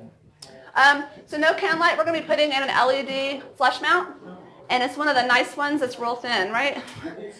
So it's real thin light, so it won't feel like it's hitting on your head, which is why, again, I don't do light kits on my fans. I don't do light kits because they sit on your head. They feel itchy and overwhelming. And so in photographs, when you take a photograph of a room, what do you see? You see the damn light kit. I want them to see the room, right? If a buyer has an issue with the fact that there's no light kit, I can put one on for them. It's really cheap. You do any under-the-counter lighting? We will not on this house because of ARV. Again, that's a line item that doesn't make me money, in my opinion. on this particular ARV. So I won't do low voltage outside. I won't do under cabinet lighting. I'm not going to run, you know, all kinds of cabling through the house. I'm not even going to run cabling for them to put in a wall mount television. In fact, we won't even be staging this house with a TV. Where do you order your cabinets and your appliances from? Come see me afterwards. I'll give you his contact info. I have referred him probably 400 kitchens at this point. He's a great friend. He's really, really good. They're very fast on cabinets. Granite's slow, but their granite's a great price. So I'll make sure you have that. So what do you think this kitchen will cost when you finish? Well, I'll just tell you right now. So my cabinets are, my total cabinets for the entire house, and there's 3 bathrooms. That includes the bathroom cabinets. Is just right at $5,000. And we have soft closed doors. We have Lazy Susans, and so in Crown. So it's a really good price, and that's the whole house. So my granite, I'll be spending $20 a foot installed for my granite, but if I do quartz, I'll be at $39. You said your lighting, you spend money on your lighting? A little bit. So how much do you typically spend on, what do you consider expensive? So on a house this size, I could do a $1,500 budget and accomplish lighting for the entire house. Okay? On this house, I did choose to go up just a hair, and so the light fixture in the dining room, for instance, was $249. So I spent a little bit more on that light, and I spent a little bit more, I think it was $77 for the foyer light. I use that same foyer light all the time. I really keep telling myself I'm going to go and buy like 200 of them and put them in stock because I love it. And they're eventually going to not make it anymore, and I'm going to be sad. Right? And I do stockpile lights. I do suggest this. If you're at Home Depot or Lowe's, I hit their clearance stuff all the time. Okay, my kids hate it. Our garage, you cannot put your bikes in there. The paddle boards are like laying against the fence because it's got stuff, like I'll buy it. So like that light fixture, I bought that 2 years ago. They still sell it, but it's been in my garage for 2 years. So when we did this house, I went shopping in my garage. The stairway light to the basement was in my garage. The exterior light on the back was in my garage. But I got them on clearance. So anytime you can buy something, same thing with Progressive. Progressive is extremely expensive. I absolutely love their lights, but I go in and I just check out the clearance tags. Today is Amazon Prime Day. You get anything on Amazon? Okay, I love Amazon. Love it. Okay, so I order tubs, apron sinks, hardware. I order almost everything you can from Amazon. Like no joke. So for this house, for instance, the barn door hardware, that light fixture, all of that was sitting in our office delivered Amazon Prime. So, I love it too. But today is Prime Day if you didn't know. And by the way, seriously, all the way up to a tub. Like we just ordered a Euro soak tub for another house, Amazon Prime. How much? $989. That's not bad. I think it was. That's not bad. Yeah. Okay. So all in, what is this kitchen going to cost? You broke it down, but all in, just the kitchen. If you had to guess. Well, I upgraded that. So I should be right about $8,500 all in. That includes hardware, fixtures, plumb trim, sinks, counters, counter depth, fridge, the whole deal. So that does include the appliances. Not bad at all. Why did you decide to put in a refrigerator? Oh, that's a great question. I always put a fridge on my flips. Now, there are gurus that teach don't do that, right? But what do I want? I want a buyer to walk into my house and go, oh, it's home. If I don't have a fridge there and I have an empty hole, they don't feel like it's home. They're thinking about their stuff. Now they got, I got to pack, I got to move, it's a stress. And that is a good point, because with the fridge, it is move-in ready. Because I know a good friend of mine doesn't recommend the fridge, but it makes it move-in ready. I'm a believer in that, because again, I will get that money back on the sale. So why not go ahead and give them that, right? Now I have on houses on a lower ARV, I have put the fridge there as if it was a staged fridge and told them that, left it wrapped in all of its stuff with its little warranty, right? And then I let them know for a full list price offer with no concessions, I'll throw in the fridge. Very nice. You guys hear that? That's a good tip. We had 2 questions back here in the back. Yeah, I missed a lot, but I'm sorry. The original house, was it mainly staged, the trim, a lot stayed on the trim? Originally? Yeah, okay, the original house was all brown, dark everywhere, right? Stain. Yeah, I was going to talk about like with the stuff too. I was like, oh my God, it's crawling on me. Okay, so yes, wood, dark wood paneling, dark stain almost everywhere, or wallpaper. We had another question back here. And the mirror wall was quite attractive. Washer and dryer? I'm sorry?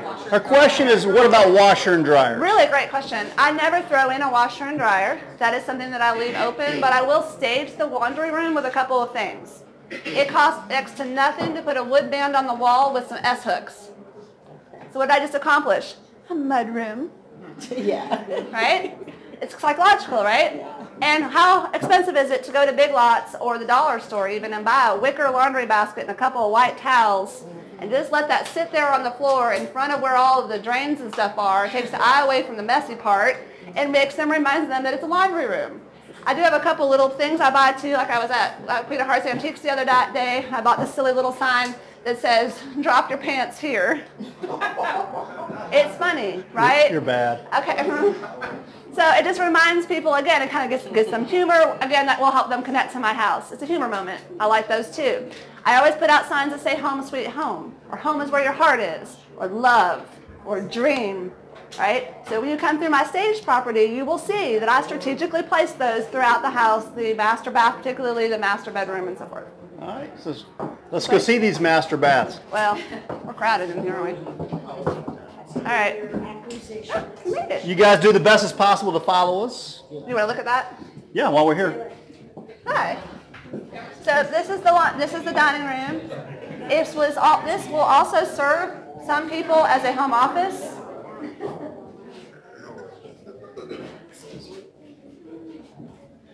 So this will also serve as a home office. So again, for helping people realize their lives in a home.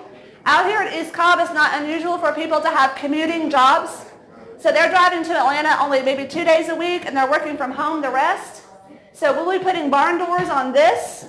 There'll be hardware that runs across here and 2 doors that slide all the way open.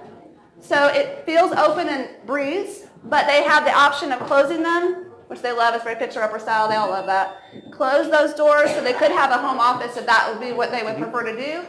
And honestly, I talked to my stager. We even thought about even staging it such that there would be a central located desk with 2 chairs facing as if this was a study.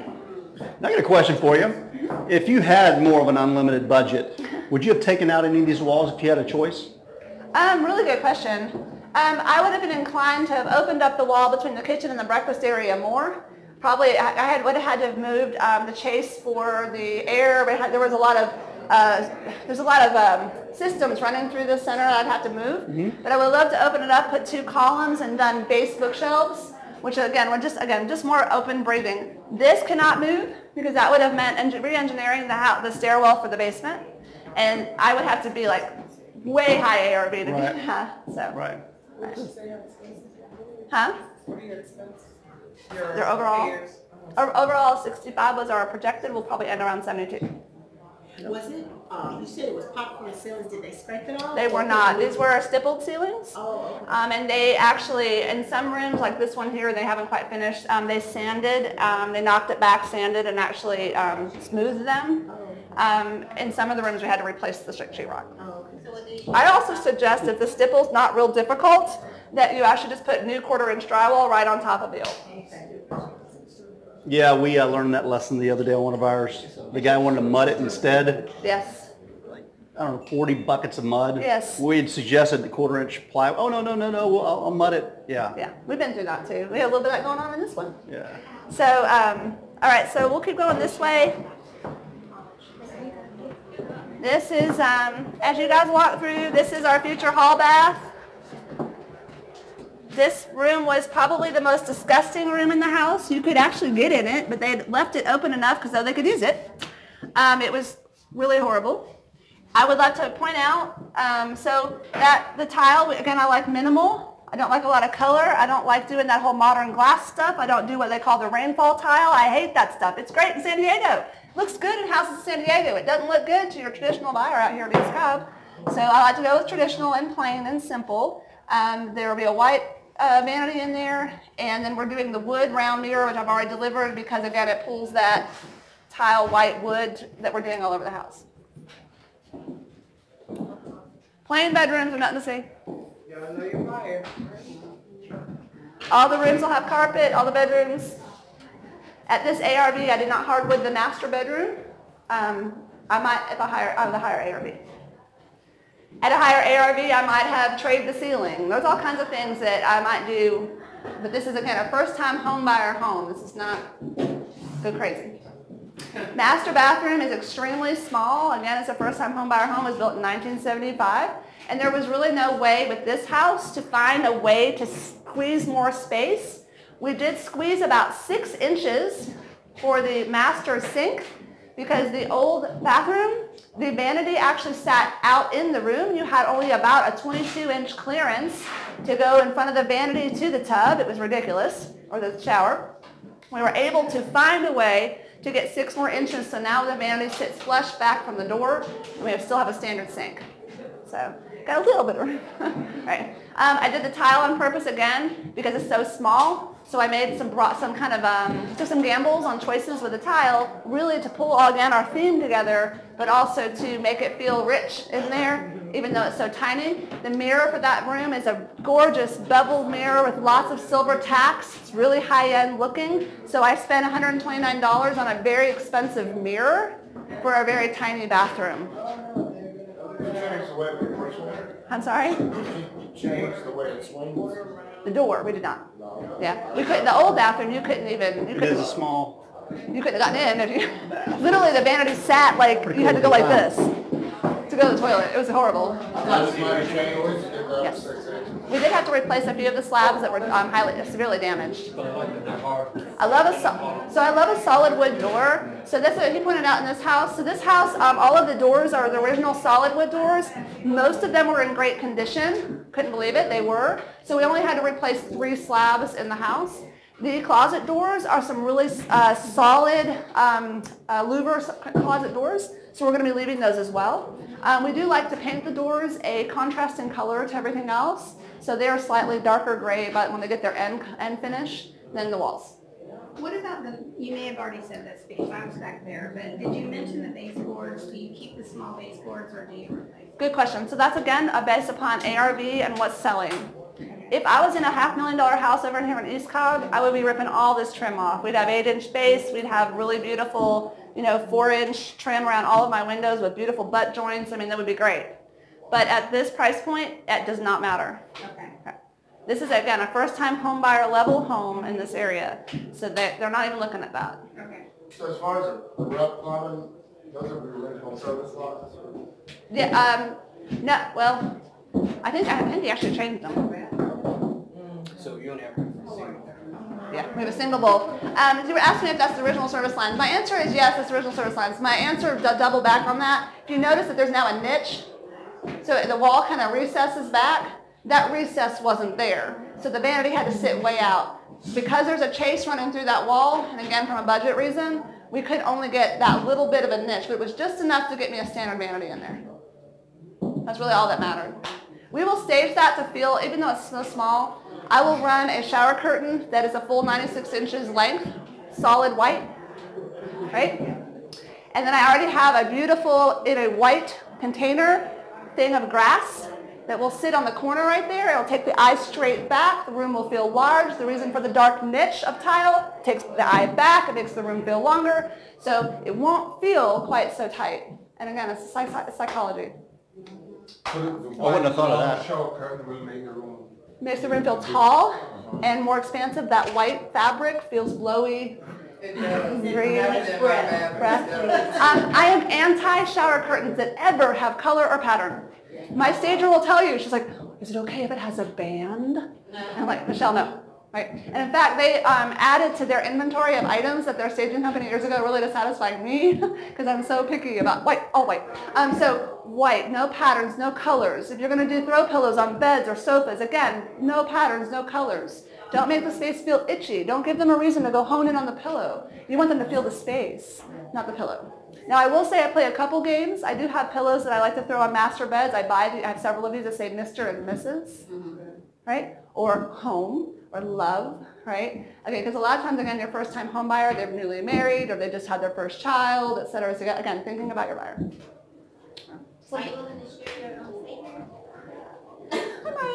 She would love it.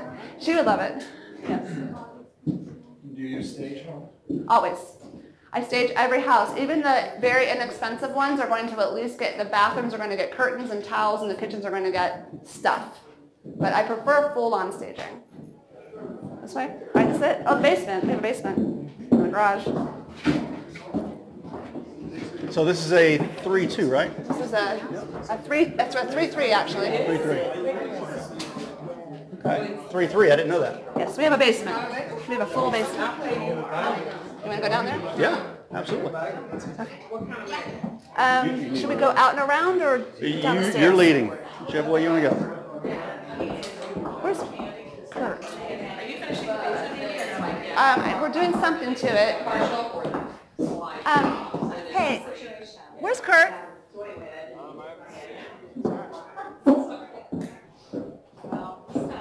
Oh, we got people down here. All right, let's go. I'm sure they're everywhere.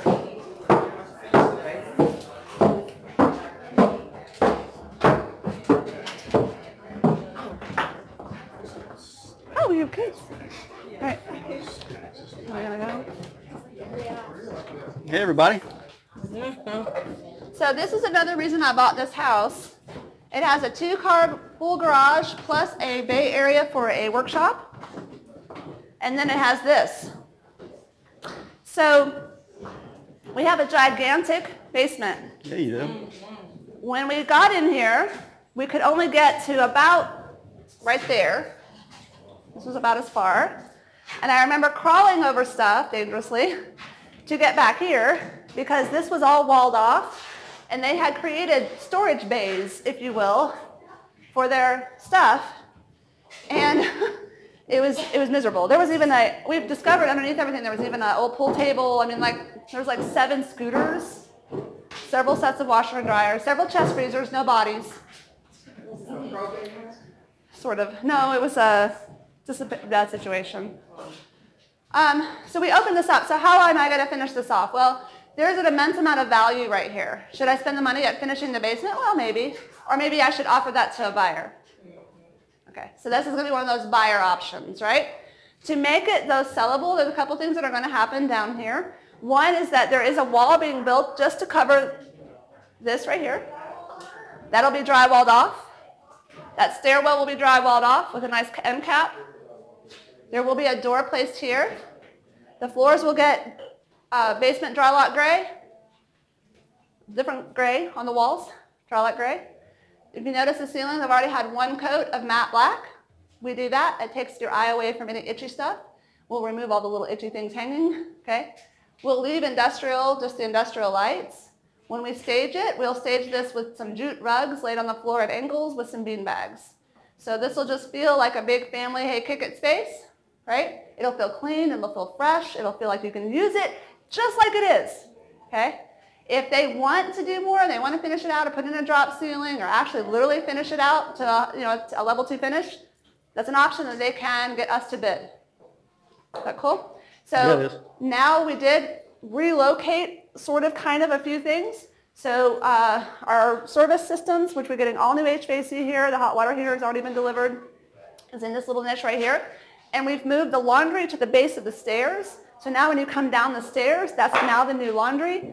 That's our mudroom. We have that exterior door to the yard right there, okay? And you're going to get out of your car with your groceries and you're going to throw crap in the laundry room, okay? So that is one of the rooms where I'll have that little board and batten look on the wall. That's our mudroom, okay? And we're putting in, we have a full bath down here now. It's a stand-up shower, just one of those actually, pre-made units is what's going into the corner with a very basic sink, basic toilet, that's it. We do have a cute mirror and a cute light fixture for it. But now it's a full bath. So we have a 3-bedroom, 3-bath. Could be used as a 4-bedroom, 3-bath if they wanted to, just not going to praise that way. If they have a teenager in college or they have a mom that wants to live with them, this is now set up for them to actually make that happen. So this is another selling point for this house. How much would it cost to create that bedroom, a suite for the grandmother, for the mother or whatever? If they wanted to put in a kitchenette, maybe too. I mean, it really kind of depends on what they want. We're talking a budget anywhere, I'd say probably from $5,000 to $7,000. Again, it just really depends ultimately on what they want to do. We did not. So we did not. Now we did have to make some adjustments, some repairs. We did have to do that. So. You mentioned that you could do the work if they chose for you to do so. Would you only do that if you got a higher amount? We'll start there. So there's a really good book on negotiating called Splitting the Difference, if you ever want to read that. I keep hearing about that book. Really good book. So a friend of mine reminded me of it last night, so I didn't sleep last night. I'm a speed reader, and so I read most of that last night. Anyway, so I would say that you always start where you want to go, right? So my first option would be full price offer, no concessions. We could do it for this, and it might be at cost for us, right? Depending on what they're asking for, and then we'll negotiate from there. What book was that? It's called Splitting the Difference. Book on negotiating. Yeah, it's been coming up a lot lately. Yeah, and I have not read it. It's worth it. I'm going to have to. All right, any other questions before we move out of here? Yeah, I got 2 questions. What's shiplap? And what's a mudroom? Ah, very good question. All right, shiplap is the details on the walls upstairs where you saw the linear boards on the walls. True shiplap, if we want to go like, old Norm style on this old house, I love him.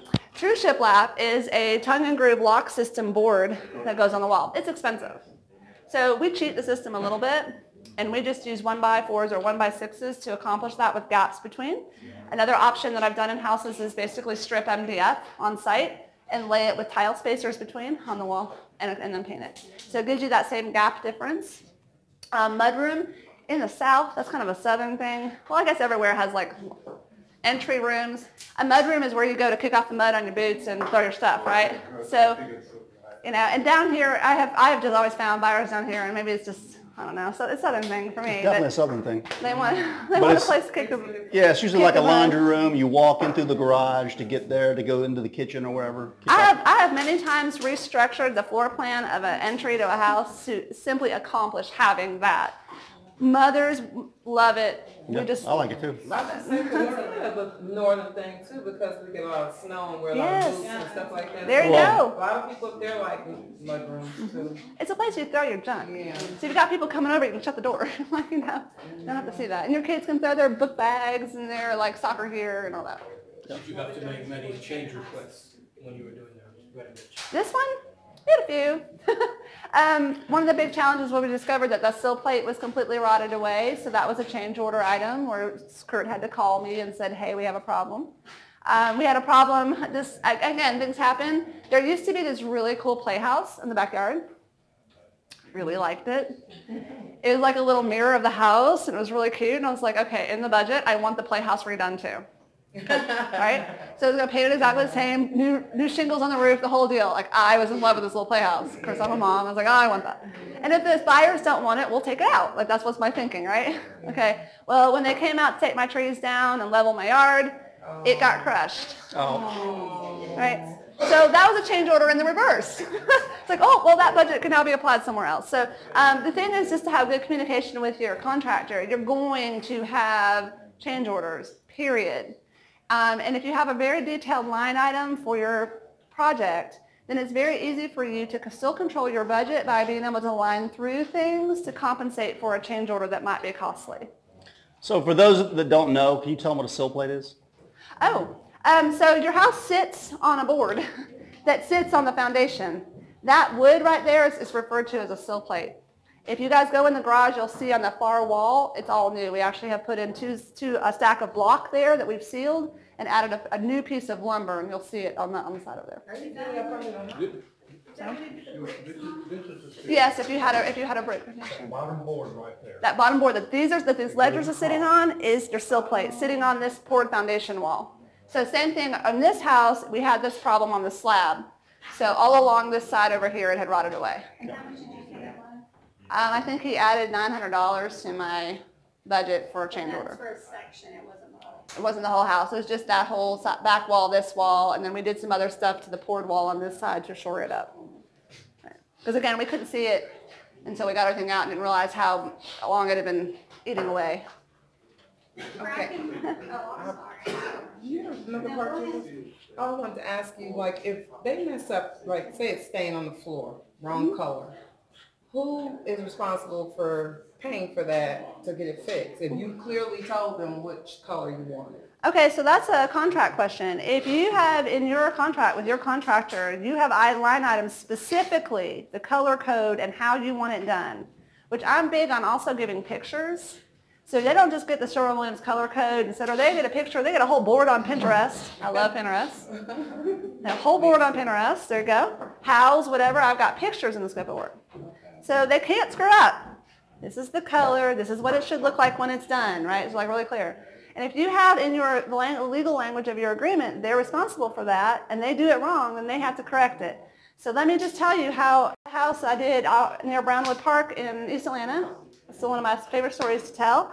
The tile in the master bath, and we had added additions on this house. We basically rebuilt this home. We doubled its square footage. This is not a little project.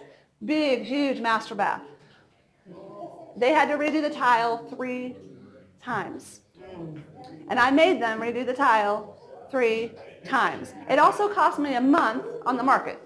Now, I couldn't charge them for my holding costs, right? But I did make them eat the labor and the materials to redo it correctly the way that it was laid out and the way that it was instructed. So is that labeled in the contract? If they didn't do it right, then you need to... Well, and it's not that you even have to say that language, just that this is what they agreed to do. This is what I said, you agreed, we signed.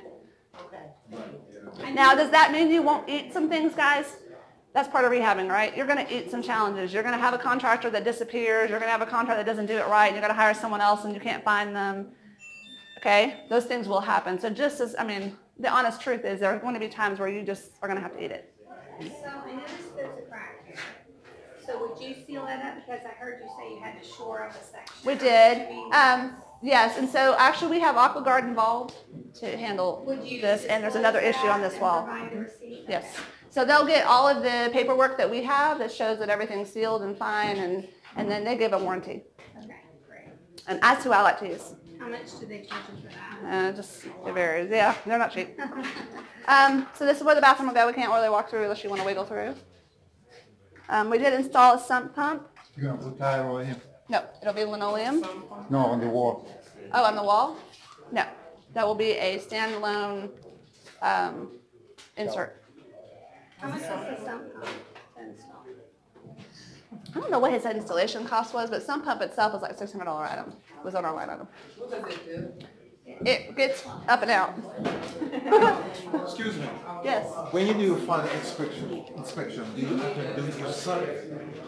No, we hire a licensed home inspector. Now, I have a bonus. My contractor is also a licensed home inspector. So this is like a tip or suggestion, and I know a few people that are doing this, and it's really worked out well. They've gotten their on staff, like if you get big enough to hire a salary person on staff for project management, put them through home inspection school. All right? How could it hurt? Even if they didn't sit for the test and get licensed, that's great knowledge for them to have. I also highly suggest all your home inspections, like stock and hover the home inspector. Right? You will learn so much from just spending time with your sub, spending time with your inspector. Like learn everything. Ask every stupid question imaginable. Right? I play the blonde, I'm a dumb girl card all the time. Help me understand, because I learned so much, right? And so I've learned a lot about construction and how to repair things different ways just by asking questions. Okay, so how do I suggest that? Huh? It's bright. Where are we going? Oh, okay, thanks, Tom. Check out the garage. Anybody else want to sign up for the class? What? Hey, here's one of the items that I decided I wanted to keep. That's going to my house. I used to have one of those back in the day. So my boys day. can beat on it. Hey, how many of your renovations have you been able to come in under or on budget? That's a good question. Honest answer. None. Really? It's rare. I don't think I've ever been truly, if I was honest with myself, like really honest, ever been under budget. I think I've been at budget a few times, but mostly on like a turnkey rental type level. You get into houses like this, you're going to use your contingency. Now, my other answer to that though is when I talk about my budget, that doesn't include my contingency necessarily. Like I have in my brain a room for error, right? So I don't consider myself over budget until I've used up my room for error too, if that makes sense. And I'm always running that at 10 to 15. And if it's a house older than 1940 and I'm adding on additions, etc., I'm adding 20% in my brain for a contingency. Did you guys hear that? Because a lot of you ask, how much do you pad? Yeah, I've had a lot. Before 1940, 20%? Yeah. Yeah, because you don't know what you're dealing with. You might know. If you get really good at it, you'll understand how to look at the piers and do they need to be redone. Like, that's a whole different set of construction problems. Just, yeah. Same thing if you're adding on additions and so forth. You know, it's all a learning process. You also just learn other things that have nothing to do with construction, but learning to pull title, learning to make sure you do a survey, learning to do other ways that can mitigate your costs, which can end up being very painful, right? I have a friend of mine who's still stuck with a property that he didn't realize was zoned commercial. He didn't do the due diligence. Simple thing, right? He bought it to do a retail flip, home flip, and he can't do anything with it. He's spent a year now fighting with the city of Marietta to try to please let him make a house out of it. So, just saying, he's going to have to find a different exit strategy. So you doing anything on this side of the basement? Nope. Matte black spray on the ceiling. That'll get finished off, the stairwell on that side. It'll get painted floors, painted walls. That's it. Really, really simple. The garage doors are new. There'll be new garage door openers. Just, again, this is one of those things where you just don't know and you don't prepare. We didn't measure both garage doors. We measured one and assumed that both garage doors were the same size, and they are not. So that one had to be custom ordered. That took 3 weeks to come in. In fact, I didn't know it was here because it was 9:30 last night when I stopped by to make sure we were cool for today. I did not have a garage door, and now I do. So that was a nice surprise. I don't know when they installed that, but it's smaller than this door over here. So again, I'm still learning, right? I should have dotted my I's and measured both, but just didn't think about it. So let's step out on the back and see what you got going on out here. Oh boy, it's bright out here. You have to come out of the dark basement. You were talking about putting a deck back here. Yep. Big one. Did you say 14 foot? Is it going to go the length of the house here, or is it? So the old deck was very odd. They had a platform on this side with stairs that came down underneath it, and another platform over there that was lower than it that connected to it with a lattice covered storage area for more stuff underneath it. Oh yeah. So we've decided to not rebuild that section. That won't come back, but we will have a band that runs all the way from that gutter right there all the way over to the other side of the chimney. And there'll be a nice deck that comes all the way out 14 feet right here. It will look just like the front deck. It will get stained. It will have the galvanized pipe as the linear baluster and the rail. And just be a nice, simple deck. The stairs are actually this time going to come off that way. There'll be a landing, and then they'll end right there at the end of that sidewalk piece that's got some issues, and we'll be doing some patching on that. Stairs will now be over here. So now if I pull up in the driveway, I can immediately run up the deck versus the way it was, which is just a little crazy. Yeah, a little odd. And then my beautiful playhouse was right there. That's now gone. So nice yard. We're not. We had to let that. I'll let that go. This was also so covered in ivy that honestly, I wear boots on site most of the time, and there were snakes and all. This was a literal jungle back here. So. No, that's not, but there was, not poison ivy, there was just ivy, just English ivy. Yeah, English ivy is horrible and damaging to houses. I always suggest pulling it off because if you don't, the home inspector is going to tell a buyer, oh, that's an issue, and to have them pull that off and repair the house. It does hurt a house, especially a brick house. It eats the mortar. It's just not a good thing. Ivy. On trees, it pulls trees down. Kudzu, ivy, it pulls a tree down and kills the tree. So again, a home inspector will say, oh, you should have them remove those trees. Well, then you do it. Go ahead and do it. Do it so that it's not a question later. Right. And this house had tons and tons of big dead trees everywhere. Are you going to landscape with here? No, and that's a good question too. So on this price point, I will not sod the yard. We've already thrown seed down. We've had a lot of rain. So up in the front, you'll see some seedlings already popping their little heads up, which is nice. So we will just continue to throw seed and yellow straw on the yard. We will heavily pine straw. Pine straw is the investor's best friend. Okay. I love pine straw. I love to lay it thick and roll the edges. It looks beautiful. And before you take photographs, I suggest water in it. Nice and glossy and warm and brown. It looks great in photographs. Okay. So again, I just want my buyers to connect. This is the type of home, again, at this price point where they're going to want to be their own weekend warriors, go to Home Depot and garden it up. So we'll let them get all creative, not us. No, are you going to do any kind of landscaping in the front? Very little. So in that front bed that's right at the front windows, I'm going to put in probably just some English roses and some monkey grass. That'll be it. Again, I like to buy stuff that's kind of contractor grade price point. Daylilies, English roses, monkey grasses are very inexpensive items. And all I'm really doing is I'm just putting something there. I'm not trying to be a landscape designer. Now, 20 years ago, I got a landscape design degree from North Metro Tech. Nobody hired me. No good. Long story, I just really wanted to learn more about plants, kind of like I like cover home inspectors. I love to learn things. I have this insatiable problem. The more you can learn about it, that's great. Okay, if you're going to do like a really high price point home, if you're going to do a home like I have a friend of mine doing one on Argonne Avenue in Midtown, it's going to be a $1.2 million ARV. That requires a landscape architect. Okay, so just know your buyer, know your product, so you can do it right. All right, you guys got any final questions? Is anything done with this chimney? Yes, and there's still actually some things to be done. I was going to say, I hope they're going to redo it. Yeah. So there's actually some support bands that go across, and by the time they're done, it'll look great. Okay. That was covered in cedar siding, the old exterior siding. It was completely rotted away. And one of the pictures on the flyer, you can actually see how bad it was. We also had to do some repair to it. So we stripped that thing bald, and we put the board and batten on it. Kurt and I were just having a conversation that this piece right here is buckling, and I approved for him to put some lateral pieces on it as well. So it'll look better by the time it's done. And this is one of those type of punch list things where I'm coming through saying that's not acceptable, that needs to be fixed to my quality standard. Did you replace the gutters? We did not replace the gutters. However, a few pieces will end up being new because they're dented and they're not where we can pull the dents out. If I can pull the dents out, I will.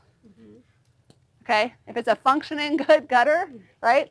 Leaf guard, I don't add leaf guard. There's certain things you don't need to spend the money on. We might want to do it on our personal home, but that would be over renovating for my budget. So when you determine these things, does a GC, do you speak with the GC about the gutters and all that, or do you kind of just decide what you want to do? Very good question. I might consult with a GC, an engineer, or a sub for a particular issue. It's an issue item. I don't know how to deal with it, like we dealt with the foundation thing, right? So that might I'll bring someone else in for their opinion of what to do. But I'm a big believer that you walk through your project and you create an extremely detailed line item of what you want done. And then you hand that to more than one GC or subs, however you're going to bid it out. They get the same exact thing. So now you can compare apples to apples. If I did not do that and I just sent some random GCs out here and said, hey, walk through. Tell me what you want to do, right? I would get the whole planetary system of differences of, well, this guy's going to do this guy's going to do that, and their budgets are all over the place too. So in order for you to compare pricing per linear foot, per installation, per this, per that, you got to yourself go through and do a really detailed thing. So that's where I probably spend the majority of my energy. So does a designer help you determine like where you want, what you want to look like? I'm fortunate that I don't need necessarily a designer because of my background.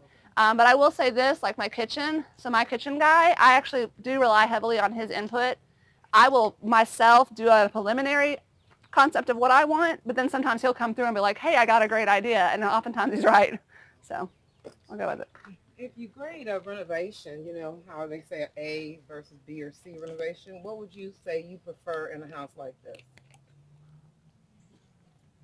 My answer comes back to the same answer I was saying earlier, that I don't necessarily grade something A, B, or C, or level 1, level 2, level 3 finish.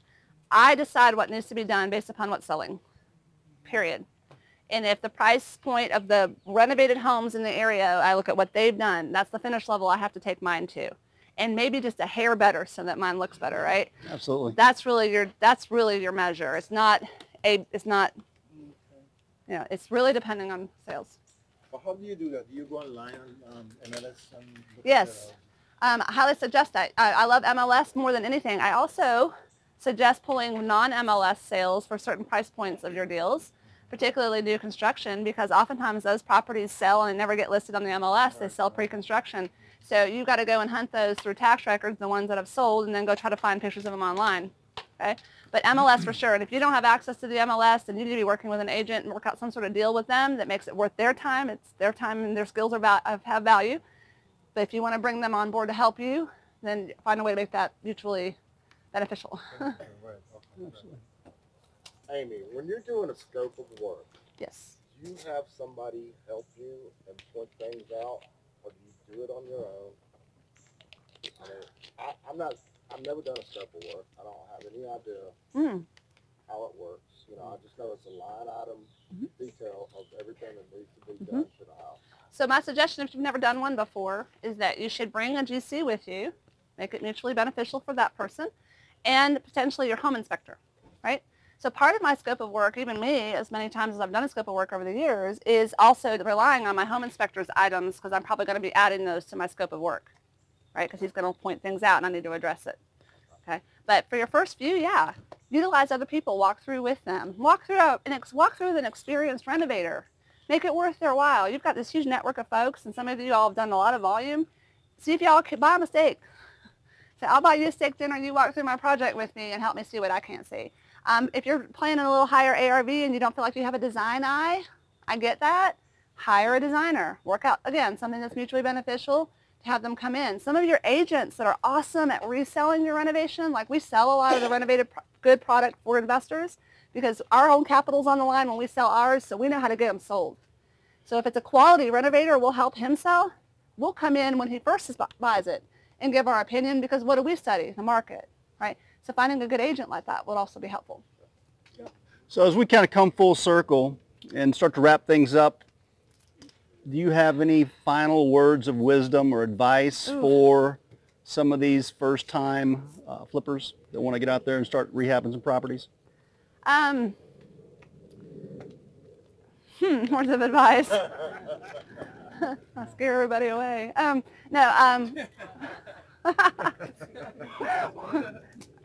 How's your heart? No, I'm kidding. I would say number one, do it.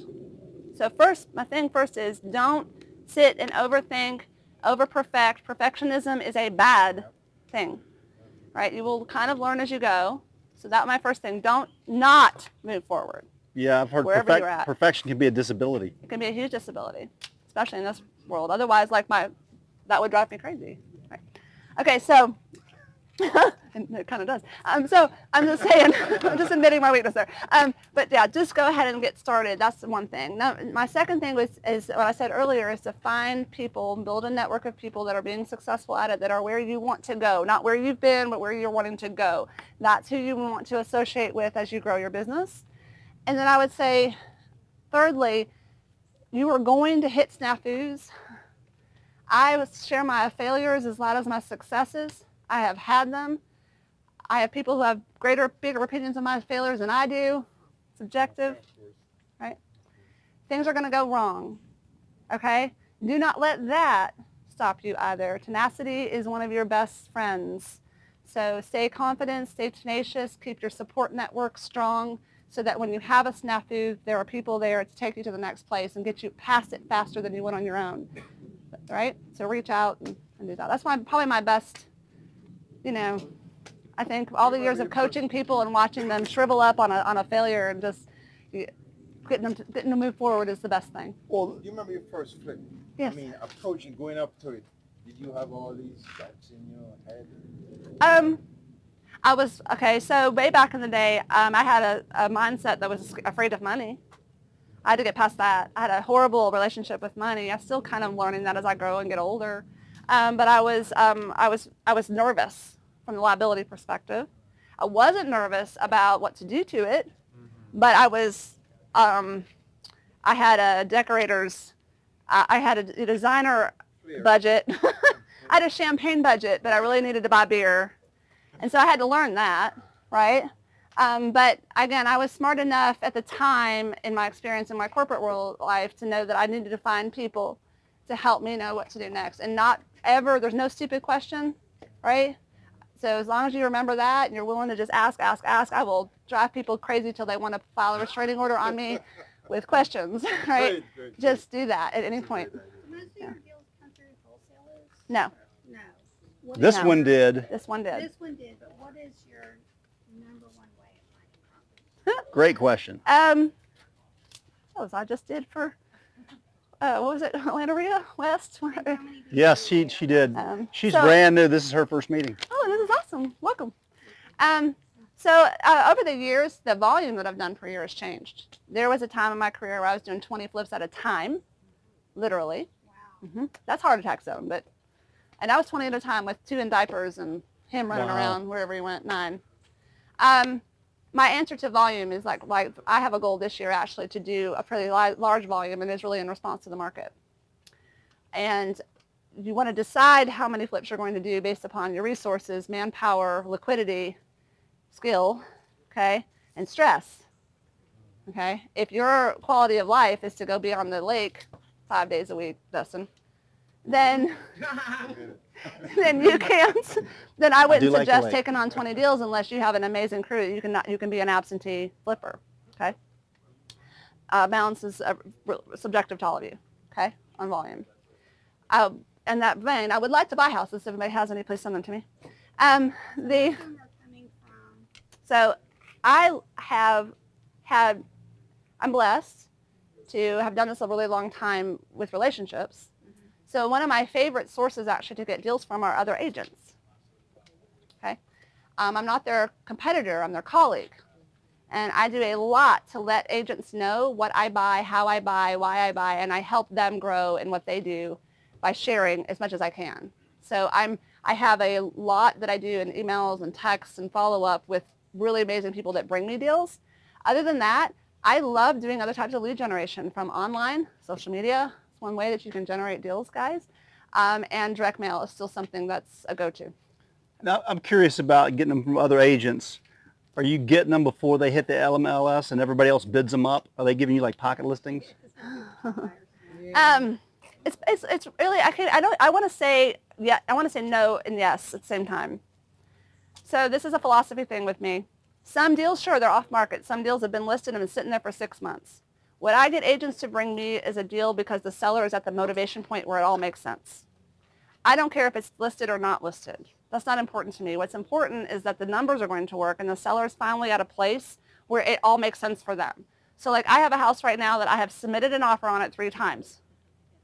Okay, it's on a busy road. It's free and clear. It's been listed for 6 months. Okay? It's in Fulton County, not Cobb, so taxes are higher. The house is ugly. It's just ugly. It's never going to sell retail. I really truly believe at one point the agent convinced the sellers that it would go retail. Okay? So they're holding out and holding out and holding out. Right. I know, are the only people making an offer. I'm 100,000 almost, less than list. Okay? They're talking to me now. Okay? Because they sat there for 6 months, and some money is better than no money, right? And they're getting ready to have to pay for winter's coming up. They're going to have to winterize. They got expenses coming up. They're going to have to pay somebody to come out there and take care of it. So just saying, my thing is that you want to be always positioning yourself or posturing yourself in front of people that understand what you do, build a mutually beneficial relationship, close when you say you're going to close, and you will have deals attracted to you, if that makes sense. Are you? Yes. Sorry. Go ahead. One quick question.